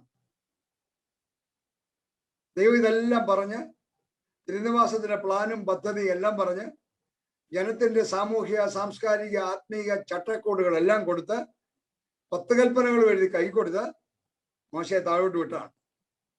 മോശ താഴെ വരുമ്പോ 32-ാം അധ്യായത്തിൽ മോശ ഇറങ്ങി താഴെ വരുമ്പോൾ അവിടെ കണ്ട കാഴ്ച അതിഭയങ്കരമാണ്. അതിന്റെ ചരിത്രം ഇങ്ങനെ രേഖപ്പെടുത്തിയിരിക്കുന്നത്. മോശ ദൈവസന്നിധിയിലായിരുന്നപ്പോ ജനം അഹരോനോട്, ഞങ്ങളുടെ മുമ്പിൽ നടക്കേണ്ടതിന് ഒരു ദൈവത്തെ ഉണ്ടാക്കി തരിക എന്ന് പറഞ്ഞു. അവർ മിസ്രയീമിൽ നിന്ന് സംഘടിപ്പിച്ച, ഞാൻ ആ വാക്ക ഉപയോഗിക്കുന്നത്, അവർ മിസ്രയീമിൽ നിന്ന് സംഘടിപ്പിച്ച പൊൻകുണുക്കുകൾ അഹരോന്റെ കൈ കൊടുത്തു. അവനൊരു സ്വർണ്ണ കാളക്കുട്ടിയെ ഉണ്ടാക്കി കൊടുത്തു. അടുത്ത വാചകം ശ്രദ്ധിച്ചോണേ, വളരെ കാര്യമായിട്ട് ശ്രദ്ധിച്ചോണം. ഇസ്രായേലേ, ഇത് നിന്നെ മിസ്രയീമിൽ നിന്ന് കൊണ്ടുവന്ന നിന്റെ ദൈവമാകുന്നു പറയാണ് സ്വർണ്ണ കാളക്കുട്ടിയോട്. ഇസ്രായേലേ, ഇത് നിന്നെ മിസ്രയീമിൽ നിന്ന് കൊണ്ടുവന്ന നിന്റെ ദൈവമാകുന്നു എന്ന് പറഞ്ഞ് ഒരു യാഗപീഠം പണിയുകയും അവിടെ വലിയ ആഘോഷങ്ങൾ സംഘടിപ്പിക്കുകയും ചെയ്യുകയാണ്. എന്റെ ഇംഗ്ലീഷ് ട്രാൻസ്ലേഷൻ ഭയങ്കരമാണ്. They celebrated with feasting and drinking and indulged themselves in pagan revelry എന്നാണ്, അല്ലെങ്കിൽ pagan entertainment എന്നാണ്. അവർ ഈ സ്വർണ്ണക്കാളക്കുട്ടിക്ക് ഒരു യാഗപീഠം ഉണ്ടാക്കിയിട്ട് അതിന് മുമ്പിൽ വലിയ ആഘോഷം, തീറ്റിയും കുടിയും എന്റർടൈൻമെന്റുമാണ്. പ്രിയപ്പെട്ടവരെ, ഞാനൊരു വാചകം ഇവിടെ പറയട്ടെ. അന്യായമായി സംഘടിപ്പിച്ച സമ്പത്ത് കൊണ്ട് ആരാധന എന്ന പേരിൽ തീറ്റിയും കുടിയും ഉല്ലാസവുമായി ദൈവനാമം ദുഷിക്കുന്ന ആധുനിക സുവിശേഷ മാമാങ്കങ്ങൾക്കുള്ള മുന്നറിയിപ്പ് കൂടെയാണിത് എന്ന് ഞാൻ നിങ്ങളെ ഓർമ്മിപ്പിക്കട്ടെ. മിസ്രൈമിൽ നിന്ന് തിടുക്കപ്പെട്ടു പോരുമ്പോ അവിടുത്തെ ആളുകളോട് വാങ്ങിച്ചുകൊണ്ട് വന്ന അന്യായമായി സംഘടിപ്പിച്ച പൊൻകുണുക്കുകൾ വെച്ച് ഒരു സ്വർണ്ണ കാളക്കുട്ടിയെ ഉണ്ടാക്കിയിട്ട് ഇത് ഞങ്ങളുടെ ദൈവമാണെന്ന് പറഞ്ഞ ദൈവജനത്തോട് എങ്ങനെയാ ദൈവം പ്രതികരിക്കേണ്ടത്? ദൈവം പറയുന്ന വാക്കുകൾ എന്താണ്? ഈ ജനം തങ്ങളെ തന്നെ വഷളാക്കിയിരിക്കുന്നു. അവർ ദുശാഠ്യമുള്ള ജനമാണ്, അവരെ ഞാൻ ദഹിപ്പിച്ചു കളയും എന്നാണ് ദൈവം പറയുന്നത്. പ്രിയപ്പെട്ടവരെ, മോശ താഴെ വന്ന് ഇത് കണ്ടപ്പോഴത്തേക്കും, മോശയെക്കുറിച്ച് വേദോസം പറഞ്ഞൊരു വാക്കുണ്ട്, ഭൂമിയെ കണ്ട ഏറ്റവും സൗമ്യനായ മനുഷ്യനെന്നാണ് മോശയെ വിശേഷിപ്പിക്കുന്നത്.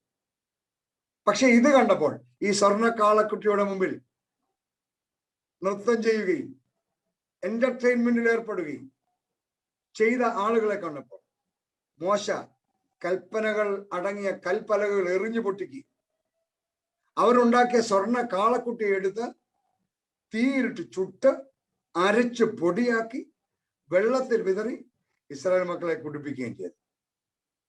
ആ അധ്യായം അവസാനിക്കുന്നത് ദൈവത്തിന്റെ ശക്തമായ ന്യായവിധിയോടുകൂടെ, എന്നോട് പാപം ചെയ്തവന്റെ പേർ ഞാൻ എൻ്റെ പുസ്തകത്തിൽ നിന്ന് മായ്ച്ചു കളയുമെന്ന്, എൻ്റെ സന്ദർശന ദിവസത്തിൽ ഞാൻ അവരുടെ പാപം അവരുടെ മേൽ സന്ദർശിക്കുമെന്നും രേഖപ്പെടുത്തിയിരിക്കുകയാണ്. 34-ാം അധ്യായത്തിലേക്ക് വരുമ്പോൾ ദൈവം വീണ്ടും മോശയെ പർവ്വതത്തിന്റെ മുകളിലേക്ക് വിളിക്കുന്നു. വീണ്ടും 10 കൽപ്പനകൾ എഴുതി നൽകുകയാണ്. 35 മുതൽ 40 വരെയുള്ള അധ്യായങ്ങളിൽ ഈ സമാഗമന കൂടാരം എന്ന തിരുനിവാസത്തിന്റെ വിശദാംശങ്ങളാണ് നൽകിയിരിക്കുന്നതെന്ന് ഞാൻ മുമ്പേ പറഞ്ഞത്. ഇനി സമാഗമന കൂടാരം ഉണ്ടാക്കാൻ എന്തിനാണ്? ദൈവത്തിന് തന്റെ ജനത്തിന്റെ നടുവിൽ വസിക്കാനാണ്. ഈ 35, 36 അധ്യായങ്ങൾ വായിക്കുമ്പോൾ വളരെ രസകരമായ ഒരു സംഭവം അവിടെ രേഖപ്പെടുത്തിയിട്ടുണ്ട്. 35-ാം അധ്യായം 4-5 വാക്യങ്ങളിൽ ഇങ്ങനെയാണ് യഹോവ കൽപ്പിച്ചത് എന്തെന്നാൽ, ശ്രദ്ധിച്ചു കേൾക്കണം, നിങ്ങളുടെ ഇടയിൽ നിന്ന് യഹോവയ്ക്ക് ഒരു വഴിപാട് എടുപ്പിൻ. അടുത്ത വാക്ക് ശ്രദ്ധിക്കണം, നല്ല മനസ്സുള്ളവനെല്ലാം യഹോവയ്ക്ക് വഴിപാട് കൊണ്ടുവരാൻ. തുടർന്നുള്ള വാക്യങ്ങൾ അതിനേക്കാൾ മനോഹരമാണ്. വാക്യം 21, ഹൃദയത്തിൽ ഉത്സാഹവും മനസ്സിൽ താല്പര്യവും തോന്നിയവനല്ല യഹോവയ്ക്ക് വഴിപാട് കൊണ്ടുവന്നു. വാക്യം 22, പുരുഷന്മാരും സ്ത്രീകളുമായി ഔദാര്യ മനസ്സുള്ളവരെല്ലാവരും പൊൻ വഴിപാട് കൊടുപ്പാൻ നിശ്ചയിച്ചവർ സകലവിധ പൊന്നാഭരണങ്ങളും കൊണ്ടുവന്നു. നീലനൂൽ, ചുവപ്പ് നൂൽ, ധൂമ്രനൂൽ തുടങ്ങിയവ കയ്യിലുണ്ടായിരുന്നവർ അവ കൊണ്ടുവന്നു. ഖദിരമരം കൈവശമുള്ളവർ അത് കൊണ്ടുവന്നു. സാമർഥ്യമുള്ള സ്ത്രീകളൊക്കെയും തങ്ങളുടെ കൈകൊണ്ട് നൂറ്റ നീലനൂൽ, ചുവപ്പ് നൂൽ, ധൂമ്രനൂൽ തുടങ്ങിയവ കൊണ്ടുവന്നു. സാമർഥ്യത്താൽ ഹൃദയത്തിൽ ഉത്സാഹം തോന്നിയ സ്ത്രീകളൊക്കെയും കോലാട്ടുരോമം നൂറ്റു. പ്രമാണികൾ ഗോമേതകം തുടങ്ങിയ വിലയേറിയ കല്ലുകളും പരിമളവർഗവും എണ്ണയും കൊണ്ടുവന്നു. ഇസ്രായേൽ മക്കളിൽ ഔദാര്യ മനസ്സുള്ള സകല പുരുഷന്മാരും സ്ത്രീകളും യഹോവയ്ക്ക് സ്വമേധാദാനം കൊണ്ടുവന്നു. ഇതൊരു റെസ്പോൺസ് ആണ് നോക്കൂ. ഇനി പുറപ്പാട് പുസ്തകം 36-ാം അധ്യായം 4-ാം വാക്യം, അവർ പിന്നെയും രാവിലെ തോറും സ്വമേധാദാനങ്ങളെ അവന്റെ അടുക്കൽ കൊണ്ടുവന്നു. ആ പ്രവൃത്തിയുടെ സമാപനത്തെ കുറിച്ച് വളരെ രസകരമായ ഒരു വിവരണമുണ്ട്. പണി ചെയ്തുകൊണ്ടിരുന്നവരെല്ലാം പണി നിർത്തി മോശയോട് പരാതി പറയാൻ വന്നു. എന്താ പരാതി? ജനം വേണ്ടതിലധികമായി കൊണ്ടുവരുന്നു എന്നാ പരാതി. ദൈവത്തിന് വേണ്ടി ഒരാലയം പണിയാൻ, സമാഗമന കൂടാരം, ദൈവത്തിന് ജനത്തിന് നടുവിൽ വസിക്കാൻ ഒരു സംവിധാനം ഉണ്ടാക്കാൻ സ്വമേധാദാനം കൊണ്ടുവരണമെന്ന് ആളുകളോട് പറഞ്ഞതേ ഉള്ളൂ. ഇപ്പോ പണി ചെയ്തുകൊണ്ടിരുന്നപ്പോൾ പണി നിർത്തിച്ച് വന്നറിയാണ് ജനം വേണ്ടതിലധികം കൊണ്ടുവരികയാണ്. മോശ ചെയ്തത് എന്താണെന്ന് നോക്കൂ. ഞാനത് രസകരമായിട്ട് പറയും. അതായത് ഇങ്ങനെ അവിടെ എഴുതിയിരിക്കുന്നത്, പുരുഷന്മാരാകട്ടെ സ്ത്രീകളാകട്ടെ മേലാൽ വഴിപാട് കൊണ്ടുവരരുത് എന്ന് പാളയത്തിലെല്ലാം കൽപ്പന കൊടുത്തു. ഞാനത് ഇങ്ങനെയാ പറയുന്നത്, പുരുഷന്മാരാകട്ടെ സ്ത്രീകളാകട്ടെ മേലാൽ വഴിപാട് കൊണ്ടുവരരുത് എന്ന് പാളയത്തിലുണ്ടാകുന്ന എല്ലാവരും അടങ്ങുന്ന ഇസ്രായേൽ ഗ്രൂപ്പിലേക്ക് മോശ വാട്സാപ്പ് സന്ദേശം അയച്ചു. ഇന്നത്തെ കാലത്തെ പണിയാണല്ലോ. ഒന്ന് ആലോചിച്ച് നോക്കിയേ, ദേവാലയം പണിയാൻ, ദേവാലയം എന്ന വാക്ക് അവിടെ ഉപയോഗിച്ചിട്ടില്ല, ദൈവത്തിന് ജനത്തിനിടയിൽ വസിക്കാനുള്ള സമാഗമന കൂടാരം ഉണ്ടാക്കാൻ മനസ്സുള്ളവനെല്ലാം കൊണ്ടുവരാൻ പറഞ്ഞപ്പോഴത്തേക്ക് കൊണ്ട് മറിക്കുകയാണ്. ഇനി കൊണ്ടുവന്നേക്കരുത് എന്ന് പറയേണ്ട സാഹചര്യമാണ്. മരുഭൂമിയുടെ നടുവിലാണ് ഈ സംഭവം നടക്കുന്നതെന്ന് ഓർക്കുക. അങ്ങനെ സമാഗമന കൂടാരത്തിന് നിർമ്മാണം പൂർത്തിയായി. അത് ദൈവത്തിന്റെ നിറസാന്നിധ്യമായി ജനത്തോടൊപ്പം സഞ്ചരിച്ചു.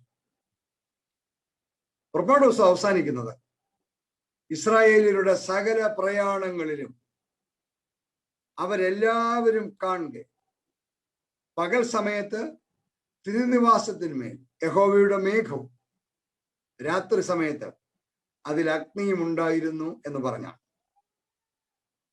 ഇനി നമ്മൾ പോകുന്നത് തോറായിലെ 3-ാമത്തെ പുസ്തകമായി ലേവ്യ പുസ്തകത്തിലേക്കാണ്.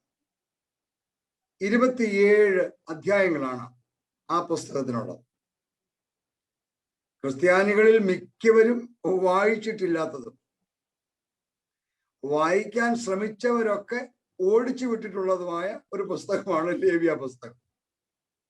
അല്പം മെനക്കെട്ട് വായിച്ചിട്ടുള്ളവരൊക്കെ ഇത് പുരോഹിതന്മാരെ കുറിച്ചും യാഗങ്ങളെ കുറിച്ചുമാണ് എന്നാണ് മനസ്സിലാക്കിയിരിക്കുന്നത്. അത് അല്പം വാസ്തവമാണ് താനും. എന്നാൽ ഒരു ദൈവവൈതലിനെ സംബന്ധിച്ചിടത്തോളം അവരുടെ ജീവിതത്തിലെ ഏറ്റവും പ്രധാനപ്പെട്ട ഒരു വിഷയം പഠിപ്പിക്കുന്ന പുസ്തകമാണ് ലേവ്യ പുസ്തകം. അതായത് ലേവ്യ പുസ്തകത്തിന്റെ ഒരു രത്ന ചുരുക്കം ഒരു സെന്റൻസിൽ പറയാൻ പറഞ്ഞാൽ അതിങ്ങനെയാണ്: ദൈവം വിശുദ്ധനാണ്, അതുകൊണ്ട് ദൈവജനം വിശുദ്ധരായിരിക്കണം. ഇതാണ് ലേവ്യ പുസ്തകത്തിന്റെ ഹോൾ കണ്ടന്റ്. ദൈവം വിശുദ്ധനാണ്, അതുകൊണ്ട് ദൈവജനം വിശുദ്ധരായിരിക്കും. ഇതാണ് ലേവ്യ പുസ്തകം. ഇതാണ് ഈ പുസ്തകത്തിനെ പ്രധാന പഠിപ്പിക്കുക. ഞാൻ പറയും, മിക്കവരും ഈ പുസ്തകം വായിക്കാത്തതിന്റെ കാരണം ഇപ്പൊ പിടികിട്ടിയില്ലേ? എന്താ കാര്യം? ദൈവം വിശുദ്ധനാണ്, അതുകൊണ്ട് എല്ലാവരും വിശുദ്ധരായിരിക്കണം. വായിക്കാതിരിക്കാമെങ്കിൽ കുഴപ്പമില്ലല്ലോ. വിമോചിപ്പിക്കപ്പെട്ട ദൈവജനത്തിന്റെ ആധ്യാത്മിക ജീവിതത്തെക്കുറിച്ചാണ് ഈ പുസ്തകത്തിന്റെ പ്രധാന പ്രതിപാദ്യം. ഈ പുസ്തകം തുടങ്ങുന്നത് തന്നെ യഹോവ സമാഗമന കൂടാരത്തിൽ വെച്ച് മോശയെ വിളിച്ച് അവനോട് അരുളി ചെയ്തത് എന്തെന്നാൽ എന്ന് പറഞ്ഞുകൊണ്ടാണ്. ദൈവം പാപത്തെ എങ്ങനെ കാണുന്നുവെന്നും എങ്ങനെ ദൈവം പാപം ക്ഷമിക്കുന്നുവെന്നും പാപത്തിൽ നിന്ന് രക്ഷ നേടാനായി ദൈവം തന്റെ ജനത്തെ എങ്ങനെ സഹായിക്കുന്നുവെന്നും ഈ പുസ്തകം വിശദമായി പറയും. പ്രിയപ്പെട്ടവരെ, അറിഞ്ഞും അറിയാതെയും ചെയ്തു പോകുന്ന പാപങ്ങളെ കുറിച്ച് ഈ പുസ്തകത്തിൽ പറയുന്നു. പല പ്രാവശ്യം ഈ പുസ്തകത്തിൽ ആവർത്തിച്ചിരിക്കുന്ന ഒരു പ്രയോഗമുണ്ട്. അതിങ്ങനെയാണ്: ചെയ്യരുതെന്ന് യഹോവ കൽപ്പിച്ചിട്ടുള്ള വല്ല കാര്യത്തിലും ആരെങ്കിലും അബദ്ധവശാൽ പിഴച്ച് കുറ്റക്കാരനായി തീർന്നാൽ എന്നാണ്. അത് ദൈവം ചെയ്യരുത് എന്ന് പറഞ്ഞ കാര്യം അബദ്ധവശാൽ ആരെങ്കിലും ചെയ്തു പോയാൽ അതിനും പ്രതിവിധി എന്താണ് എന്ന് ഈ പുസ്തകം പറയുന്നു. ഈ പുസ്തകത്തിന്റെ ഉള്ളടക്കം ശ്രദ്ധിച്ചാൽ ഇതിനെ 2 ഭാഗങ്ങളായിട്ട് വേണം നമുക്ക് തിരിക്കാം. 1 മുതൽ 16 വരെയുള്ള അധ്യായങ്ങൾ പുരോഹിതന്മാരുടെ വിശുദ്ധിയെക്കുറിച്ചാണ് പറയുന്നത്. ഞാൻ ആ അധ്യായങ്ങളൊക്കെ വായിക്കുമ്പോൾ എൻ്റെ മനസ്സിൽ തോന്നുന്ന ഒരു കാര്യമുണ്ട്. ഏത് വൈദിക സ്ഥാനിയും ഹൃദയത്തോട് ചേർത്ത് വെക്കേണ്ട ഒരു വാചകം 4-ാം അധ്യായം 3-ാം വാക്യത്തിൽ കൊടുത്തിട്ടുണ്ട്.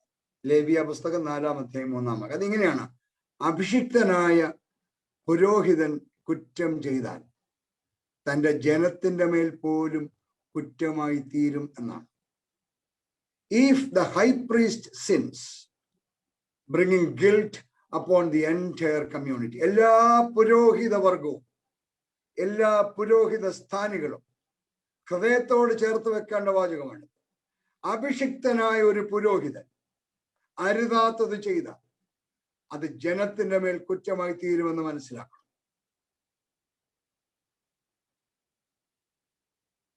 17 മുതൽ 27 വരെയുള്ള അധ്യായങ്ങൾ ജനത്തിന്റെ വിശുദ്ധിയെ കുറിച്ചാണ് പറയുന്നത്. Related to the holiness of the people. ദൈവജനം ഒരിക്കലും മറക്കാൻ പാടില്ല ഒരു വാക്യം 18-ാം അധ്യായം 3-ാം വാക്യത്തിലുണ്ട്. ലേവ്യർ 18:3. ഒരു ദൈവജനം ഒരിക്കലും മറക്കാൻ പാടില്ലാത്ത ഒരു വാക്യമാണ്. അതിങ്ങനെയാണുള്ളത്: നിങ്ങൾ പാർത്തിരുന്ന മിസ്രയീം ദേശത്തിലെ നടപ്പ് പോലെ നിങ്ങൾ നടക്കരുത്.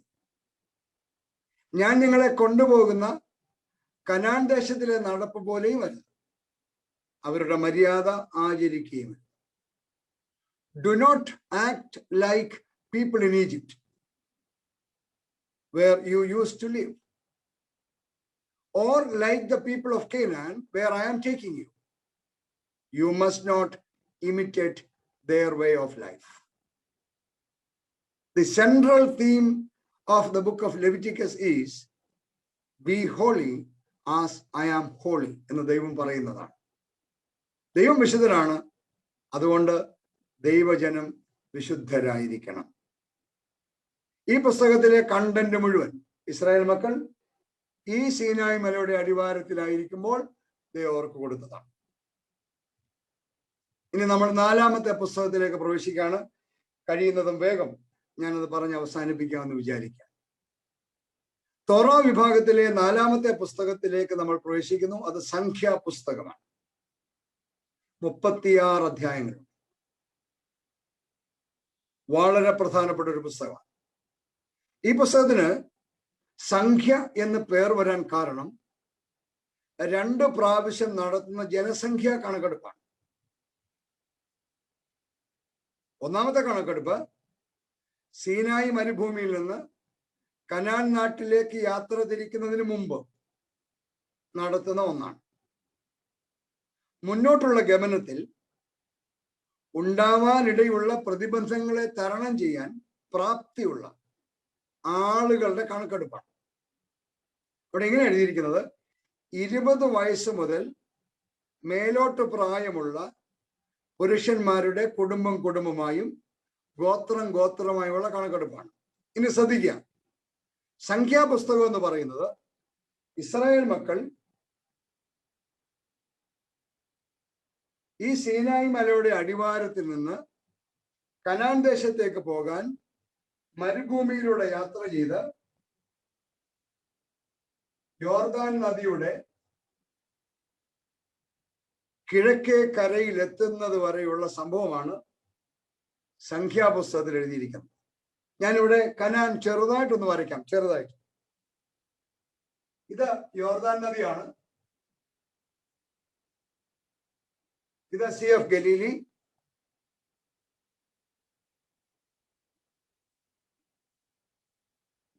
ഇത് ഡെഡ് സി അല്ലെങ്കിൽ ചാവുകടൽ. ഇതാണ് യോർദാൻ നദി. ഹർമോനിന്ന് ഉത്ഭവിച്ച് താഴേക്ക് വന്ന് ഗലീലക്കടലിൽ ചാടി അവിടെ താഴേക്ക് വന്ന് ഡെഡ് സിയിൽ അവസാനിക്കുകയാണ് യോർദാൻ നദി. അപ്പോൾ ഇവിടെ നിന്ന് ഇങ്ങോട്ട് പോകേണ്ട ഇസ്രായേൽ മക്കൾ 11 ദിവസം കൊണ്ട് അവിടെ എത്തിയേനെ. പക്ഷെ ദൈവം അവരെ കൊണ്ടുവന്നത് ഇതിലേക്കൂടെയാണ്. അപ്പൊ ഇവിടുന്ന് യാത്ര ചെയ്ത് ഇങ്ങനെ മരുഭൂമി ചുറ്റി ഈ യോർദാന്റെ ഈ കരയിൽ വരുന്നു. സംഖ്യാപുസ്തകം എന്താണെന്ന് ചോദിച്ചാൽ ഇവിടെ മുതൽ ഇവിടം വരെയുള്ള ഇസ്രായേൽ മക്കളുടെ 38 വർഷത്തെ യാത്രയുടെ കഥയാണ്. അപ്പോ ഇപ്പൊ ഞാൻ പറഞ്ഞ ഒന്നാമത്തെ കണക്കെടുപ്പ്, അതായത് ഈ സീനായുടെ അവിടെ നിന്ന് യാത്ര തുടങ്ങുമ്പോ ദൈവം പറഞ്ഞു ഒരു കണക്കെടുക്കാൻ പറഞ്ഞു. എന്തോ കണക്കെടുക്കണ്ടേ? ഇനി ഇങ്ങോട്ട് പോകുന്ന സ്ഥലങ്ങളിൽ ചില ആളുകളുമായിട്ടൊക്കെ ചിലപ്പോൾ യുദ്ധം ചെയ്യേണ്ടി വരും, ചിലപ്പോൾ പ്രതിസന്ധികൾ ഉണ്ടാവും. 20 വയസ്സും അതിൽ മുകളിൽ പ്രായവുമുള്ള പുരുഷന്മാരുടെ കുടുംബമായും ഗോത്രമായും കണക്കെടുക്കാൻ പറഞ്ഞു. രണ്ടാമത്തെ കണക്കെടുപ്പ് 26-ാം അധ്യായത്തിലാണ്. അപ്പോൾ ജനം ഈ യോർദാൻ അക്കരെയുള്ള മോവാബ് സമഭൂമിയിലാണ് താമസിക്കുന്നത്. കനാൻ ദേശത്തേക്ക് പ്രവേശിക്കുന്നതിന് മുമ്പ് അവിടെ ഇങ്ങനെ എഴുതിയിരിക്കുന്നത് 20 വയസ്സ് മുതൽ മേലോട്ട് പ്രായമുള്ള പുരുഷന്മാരുടെ കുടുംബമായും ഗോത്രമായുമുള്ള കണക്കെടുപ്പാണ്. പ്രസ്തുത രണ്ട് കണക്കെടുപ്പുകളുടെ വെളിച്ചത്തിൽ ഈ പുസ്തകത്തെ നമുക്ക് രണ്ടായിട്ട് തിരിക്കാം. സീനായി മരുഭൂമിയിൽ ആരംഭിച്ച് ഏതാണ്ട് 40 വർഷത്തിന് ശേഷം 38 വർഷത്തിന് ശേഷം കനാന്റെ മറുകരയിൽ എത്തുന്നത് വരെയുള്ള ചരിത്രമാണ് ഈ പുസ്തകത്തിന്റെ മൊത്തം പ്രതിപാദ്യം എന്ന് ഞാൻ പറഞ്ഞല്ലോ. ഈ 40 വർഷത്തെ മരുഭൂ യാത്രയിൽ ഒരുപാട് സംഭവങ്ങൾ അരങ്ങേറുന്നുണ്ട്. ചില കാര്യങ്ങൾ മാത്രം നിങ്ങളുടെ ശ്രദ്ധയിൽ ഞാൻ വളരെ വേഗം കൊണ്ടുവരാം. 1 മുതൽ 25 വരെയുള്ള അധ്യായങ്ങളാണ് ആദ്യ ഭാഗം. അതായത് 20 വയസ്സിന് മുകളിൽ പ്രായമുള്ള പുരുഷന്മാരുടെ കണക്കെടുത്ത് സീനായി മരുഭൂമിയിൽ നിന്ന് യാത്ര ആരംഭിക്കുകയാണ്. ആദ്യത്തെ 10 അധ്യായങ്ങളിൽ സമൂഹത്തിനുള്ളിലുള്ള ക്രമീകരണങ്ങൾ സംബന്ധിച്ചുള്ള വിശദാംശങ്ങളാണ്. എന്നാൽ 11-ാം അധ്യായം മുതൽ കലാപങ്ങളുടെ മറുതലിപ്പിന്റെ നീണ്ട നിരയാണ് നമ്മൾ കാണുന്നത്. എന്തെല്ലാം കണ്ടാലും എന്തെല്ലാം അനുഭവിച്ചാലും പഠിക്കാത്ത ദൈവജനം എന്ന് പറയുന്ന വർഗത്തിന്റെ മറുതലിപ്പിന്റെ കഥയാണ് സംഖ്യാപുസ്തകം 11 മുതൽ നമ്മൾ കാണുന്നത്. ഞാൻ ചില കാര്യങ്ങൾ പെട്ടെന്ന് പറഞ്ഞ് അവസാനിപ്പിക്കാം. ആദ്യത്തെ മറുതലിപ്പ് എന്താണെന്ന് അറിയാമോ? മന്ന തിന്ന് ബോറടിച്ച തീറ്റിപ്പണ്ടാരങ്ങളുടെ മറുതലിപ്പാണ്. എന്റെ വാക്കാണ്, ഞാൻ തീറ്റിപ്പണ്ടാരം ഒന്ന് ഞാൻ ചേർത്താണ്. അവിടെ വായിച്ച ഭയങ്കരമാണ്. മന്ന തിന്ന് ബോറടിച്ചു പോയെന്നവൻ. 11-ാം അധ്യായം 4 മുതലുള്ള വാക്യങ്ങൾ നിങ്ങൾ വായിച്ചാൽ മതി, നിങ്ങൾക്ക് കാണാം. സമയമുള്ളപ്പോൾ വായിച്ചാൽ മതി. ഇങ്ങനെയാണ് ഇരിക്കുന്നത്: ഞങ്ങൾക്ക് തിന്മാൻ ഇറച്ചി ആര് തരും?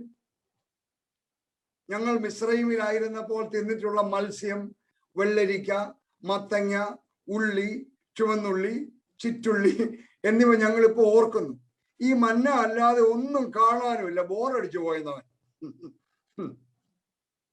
എന്താ സംഭവിച്ചെന്നറിയാവോ? യഹോവയുടെ കോപം ജ്വലിച്ചു. എത്ര കണ്ടാലും പഠിക്കാത്ത, എത്ര അനുഭവിച്ചാലും നന്ദിയില്ലാത്ത ഈ വർഗത്തോട് യഹോവയുടെ കോപം ജ്വലിച്ചു. ആദ്യം തീ അയച്ച് കുറെ എണ്ണത്തിനെ കത്തിച്ചു കളഞ്ഞു. രണ്ടാം ദൈവം പറയാണ്, അയ്യോ ഭയങ്കര ആ വേദഭാഗം വായിക്കണം കേട്ടോ, എനിക്ക് ആ വേദഭാഗം വായിക്കാൻ ഭയങ്കര ഇഷ്ടമാണ്. ഞാൻ നിങ്ങൾക്ക് ഇറച്ചി തരാൻ പോവുകയാണ്. 1 ദിവസമല്ല, 2 ദിവസമല്ല, 5 ദിവസമല്ല, 10 ദിവസമല്ല, 20 ദിവസമല്ല, 1 മാസം മുഴുവനും തന്നെ. 11-ാം അധ്യായത്തിലാണ്. നിങ്ങൾ സമയമുള്ളപ്പോൾ വായിക്കുക, നമ്മൾ വായിക്കാത്തതുകൊണ്ടായി കുഴപ്പം. എന്നിട്ട് പറയാതെ അടുത്ത വാചകം പറയുന്നതാണ്, അത് നിങ്ങളുടെ മൂക്കിൽ കൂടെ പുറപ്പെട്ട് നിങ്ങൾ കോക്കാനം വരുവോളം നിങ്ങൾ തിന്നും. ഇറച്ചി കിട്ടിയില്ല, ഉള്ളി കിട്ടിയില്ല, അതുമാതിരി പരാതി പറഞ്ഞുകൊണ്ട് ദൈവം പറഞ്ഞു, നിന്നെ ഞാൻ തീറ്റിച്ച് നിന്നെ മൂക്കിൽ കൂടെ ഞാൻ വരുത്തുമെന്നാ ദൈവം പറയുന്നത്. ബാക്കി വായിക്കണം. ദൈവം ഇഷ്ടംപോലെ കാടപ്പക്ഷികളെ അയച്ചു. അവിടെ എഴുതിയിരിക്കുന്നത് ഇങ്ങനെയാണ്: ഏറ്റവും കുറച്ച് പിടിച്ചവൻ പോലും 10 പറ പിടിച്ചു കൂട്ടിയെന്നാണ്. എന്നാൽ അവർ അത് ചവച്ചിറക്കുന്നതിന് മുമ്പ് ഒരു മഹാവ്യാധി അയച്ച് ദൈവം അവരെ മുഴുവൻ കൊന്നുകളഞ്ഞു. 34-ാം വാക്യം പറയുന്നത് ആ ദുരാഗ്രഹികളെ മുഴുവൻ അവിടെ കുഴിച്ചിട്ടു എന്നാണ്. ഇവിടെ മോശയ്ക്ക് ഒരു അബദ്ധം പറ്റുന്നുണ്ട്. വാക്യം 21, 22. ദൈവത്തോട് മോശ പറയാണ്, നീ ഈ ജനത്തിന് 1 മാസത്തേക്ക് ഇറച്ചി കൊടുക്കാമെന്ന് പറഞ്ഞാൽ ഇതിനെല്ലാം കൂടെ ഞാൻ എവിടെ നിന്ന് എടുത്തു കൊടുക്കും? എന്റെ കൂടെ 6 ലക്ഷം കാലാള് തന്നെ ഉണ്ട്. അതിനുവേണ്ട ആടും മാടും ഇവിടെ ഉണ്ടോ? ഈ സമുദ്രത്തിലെ മീനിനെ എല്ലാം കൂടെ പിടിച്ചു കൂട്ടുമോ? ദൈവത്തിന് അത് ഇഷ്ടപ്പെട്ടില്ല. ദൈവം ഒറ്റ ചോദ്യം മോശയോട് ചോദിച്ചോളൂ: യഹോവയുടെ കൈ കുറുതായി പോയോ എന്നാണ് യഹോവ മോശയോട് ചോദിക്കുന്നത്. അടുത്ത പ്രശ്നം സഹോദരങ്ങൾക്കിടയിലെ അസൂയയാണ്. അഹരോനും മിറിയാമും മോശയ്ക്കെതിരെ തിരിഞ്ഞു. യഹോവ മോശ മുഖാന്തരമേ അരുളി ചെയ്തിട്ടുള്ളൂ, ഞങ്ങൾ എന്താ മോശക്കാരാണോ? യഹോവയുടെ മറുപടി: നിങ്ങൾ എൻ്റെ ദാസനായ മോശയ്ക്ക് വിരോധമായി സംസാരിപ്പാൻ ശങ്കിക്കാഞ്ഞതെന്ത്? യഹോവയുടെ കോപം അവരുടെ മേൽ ജ്വലിച്ചു. അവൻ മറഞ്ഞു, മേഘവും കൂടാരത്തിൽ നിന്ന് നീങ്ങിപ്പോയി. മിരിയാം ഹിമം പോലെ വെളുത്ത കുഷ്ഠരോഗിണിയായി. പ്രിയപ്പെട്ടവരെ, അവൻ മറഞ്ഞു, മേഘവും കൂടാരത്തിന്മേൽ നീങ്ങിപ്പോയി എന്ന പ്രയോഗം നമ്മളെ ഇരുത്തി ചിന്തിപ്പിക്കേണ്ടതാണ്. ഞാൻ പറയും, ദൈവിക ശുശ്രൂഷകരുടെ ഇടയിലെ അസൂയയും മത്സര മനോഭാവവും അത്തരക്കാർ ശുശ്രൂഷ ചെയ്യുന്ന ഇടങ്ങളിൽ ദൈവസാന്നിധ്യം നഷ്ടപ്പെടുത്തി കളയും എന്ന് തിരിച്ചറിയാം. അടുത്തത്, ജനം പാരാൻ മരുഭൂമിയിൽ കൂടാരം അടിച്ചപ്പോൾ കുറെ യോഗ്യന്മാരെല്ലാം കൂടെ ചേർന്ന് ദുർവർത്തമാനം പരത്തി ജനത്തെ മുഴുവൻ തെറ്റിച്ചു കളഞ്ഞ സംഭവമാണ്.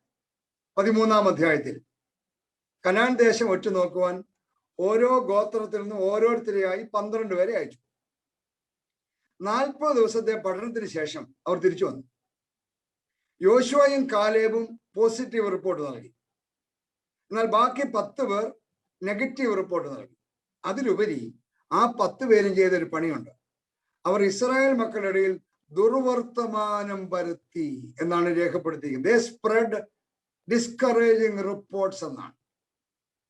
ഈ ദുർവർത്തമാനം വിശ്വസിച്ച ജനം ഒന്നടങ്കം ഉറക്കെ നിലവിളിക്കുകയും ഒരു രാത്രി മുഴുവനും കരയുകയും മോശയ്ക്കും അഹരോനും എതിരെ പിറുപിറുക്കുകയും മിസ്രൈമിലേക്ക് മടങ്ങിപ്പോകാൻ പദ്ധതി ആസൂത്രണം ചെയ്യുകയും ഒരു നേതാവിനെ തെരഞ്ഞെടുക്കുകയും വരെ ചെയ്തു. മാത്രമല്ല, യോശുവയെയും കാലേബിനെയും കല്ലെറിയണം എന്നും സഭ നിശ്ചയിച്ചു.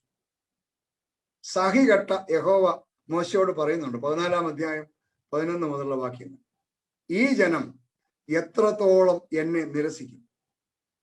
ഞാൻ അവരുടെ മധ്യേ ചെയ്തിട്ടുള്ള അടയാളങ്ങളൊക്കെയും കണ്ടിട്ടും അവർ എത്രത്തോളം എന്നെ വിശ്വസിക്കാതിരിക്കും? ഞാൻ അവരെ മഹാമാരിയാൽ ദണ്ഡിപ്പിച്ച് സംഹരിച്ചു കളയും. മോശ കരഞ്ഞ് കാലു പിടിച്ചു. യഹോവ പറയാണ്, നിന്റെ അപേക്ഷ ഞാൻ കേൾക്കാം, ഞാൻ ക്ഷമിച്ചിരിക്കുന്നു.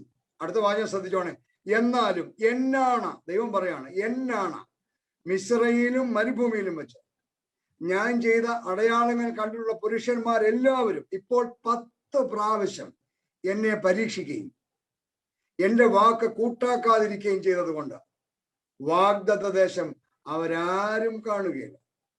Not one of these people will ever enter that land. യഹോവ തുടരുകയാണ്. വാക്യം 29. ഈ മരുഭൂമിയിൽ നിങ്ങളുടെ ശവം വീഴും. യെഫുന്നയുടെ മകൻ കാലേബും നൂന്റെ മകൻ യോശുവയും ഒഴികെ 20 വയസ്സ് മുതൽ മേലോട്ട് എണ്ണപ്പെട്ടവരായി എന്റെ നേരെ പെറുപെറുത്തവരായ നിങ്ങളുടെ എണ്ണത്തിൽ ആരും ഞാൻ നിങ്ങളെ പാർപ്പിക്കുമെന്ന് സത്യജല ദേശത്ത് കടക്കുകയില്ല. 16-ാം അധ്യായത്തിലേക്ക് വരുമ്പോൾ കോരഹിന്റെ നേതൃത്വത്തിൽ സഭാപ്രധാനികളും സംഘ സദസ്യന്മാരും പ്രമാണികളുമായി 250 പേരടങ്ങുന്ന ഒരു സംഘം മോശയോട് മത്സരിച്ചു. എന്താ സംഭവിച്ചേ? ഭൂമി പിളർന്ന് അവരും അവരോട് ചേർന്ന എല്ലാവരും ജീവനോടെ പാതാളത്തിലേക്ക് പോയി. 21-ാം അധ്യായത്തിലേക്ക് വരുമ്പോൾ ജനം ഹോർ പർവ്വതത്തിൽ നിന്നും യാത്ര തിരിച്ച് ഏദോം പ്രദേശത്തെ ചുറ്റി പോവുകയാണ്. അപ്പോൾ അടുത്ത വെറുവെറുപ്പ് എന്താണെന്നറിയാം? വിഷയം വഴി മോശമാണ് എന്നാണ് ഇപ്പോഴത്തെ പരാതി. ജനം ദൈവത്തിനും മോശയ്ക്കും വിരോധമായി സംസാരിച്ചു. വാക്യം 5. അത് തീർന്നില്ല, അതിന്റെ കൂടുതൽ പ്രയോഗങ്ങളുണ്ട്. ഇവിടെ അപ്പവും ഇല്ല, വെള്ളവും ഇല്ല, ഈ സാരമില്ലാത്ത ആഹാരം ഞങ്ങൾക്ക് വെറുപ്പാകുന്നു. ദൈവം അഗ്നിസർപ്പങ്ങളെ അയച്ചു. ജനത്തിൽ ഒരുപാട് പേര് പാമ്പ് കടിയേറ്റ് മരിച്ചു. മോശ കരഞ്ഞ് കാലു പിടിച്ചു. ദൈവം സർപ്പത്തെ നീക്കി കളഞ്ഞില്ല, പകരം ഒരു ഇളവ് കൊടുത്തു. ദൈവത്തിന്റെ നിർദ്ദേശപ്രകാരം താമ്രം കൊണ്ട് ഒരു അഗ്നിസർപ്പത്തെ ഉണ്ടാക്കി കൊടിമരത്തിന്മേൽ തൂക്കി. കടിയേക്കുന്നവൻ നോക്കിയാൽ ജീവിക്കും എന്ന് പറഞ്ഞു. ഇനിയും പലതുകൊണ്ട് പറയാൻ സമയപരിമിതി കാരണം അവിടെ വിടുകയാണ്. പ്രിയപ്പെട്ടവരെ, ഏകദേശം 40 വർഷം നീണ്ട മരുഭൂ പ്രയാണത്തിനിടെ അവർ ഏതാണ്ട് 20 സ്ഥലങ്ങളിൽ കൂടാരമടി. ഇക്കാലത്തിനിടയിൽ കാദേശിൽ വെച്ച് മിറിയാമും ഹോർ പർവ്വതത്തിൽ വെച്ച് അഹരോനും മരിച്ചു. ചുരുക്കത്തിൽ മോശയും യോശുവയും കാലേബും ഒഴികെ ആദ്യ തലമുറ മുഴുവൻ മരുഭൂമിയിൽ പെട്ടുപോയി. ഈ സംഖ്യാപുസ്തകം 25-ാം അധ്യായത്തിൽ നമ്മൾ ഇന്നത്തെ പഠനം അവസാനിപ്പിക്കാം. എന്നെ കേൾക്കുന്ന പ്രിയപ്പെട്ടവരെ, ദൈവം തമ്പുരാൻ ഇത്രയേറെ അത്ഭുതങ്ങൾ കാണിച്ചു, ഒരിക്കലും അർഹിക്കാത്ത നന്മകൾ തന്നു, ജീവിതത്തിൽ ആവശ്യമായതെല്ലാം തന്നിട്ടും പെറുപെറുപ്പും മത്സരവും ശാഠ്യവും. ദൈവത്തെ വിട്ട് സ്വർണ്ണ കാണക്കുട്ടികളുടെ പിറകെ തുള്ളിയും ചാടിയും നടന്നിട്ട് ദൈവം നിന്നെ ഇപ്പോഴും ഭൂമിയിൽ ശേഷിപ്പിച്ചിരിക്കുന്നത് ദൈവത്തിന്റെ വലിയ കരുണ കൊണ്ടാണ്.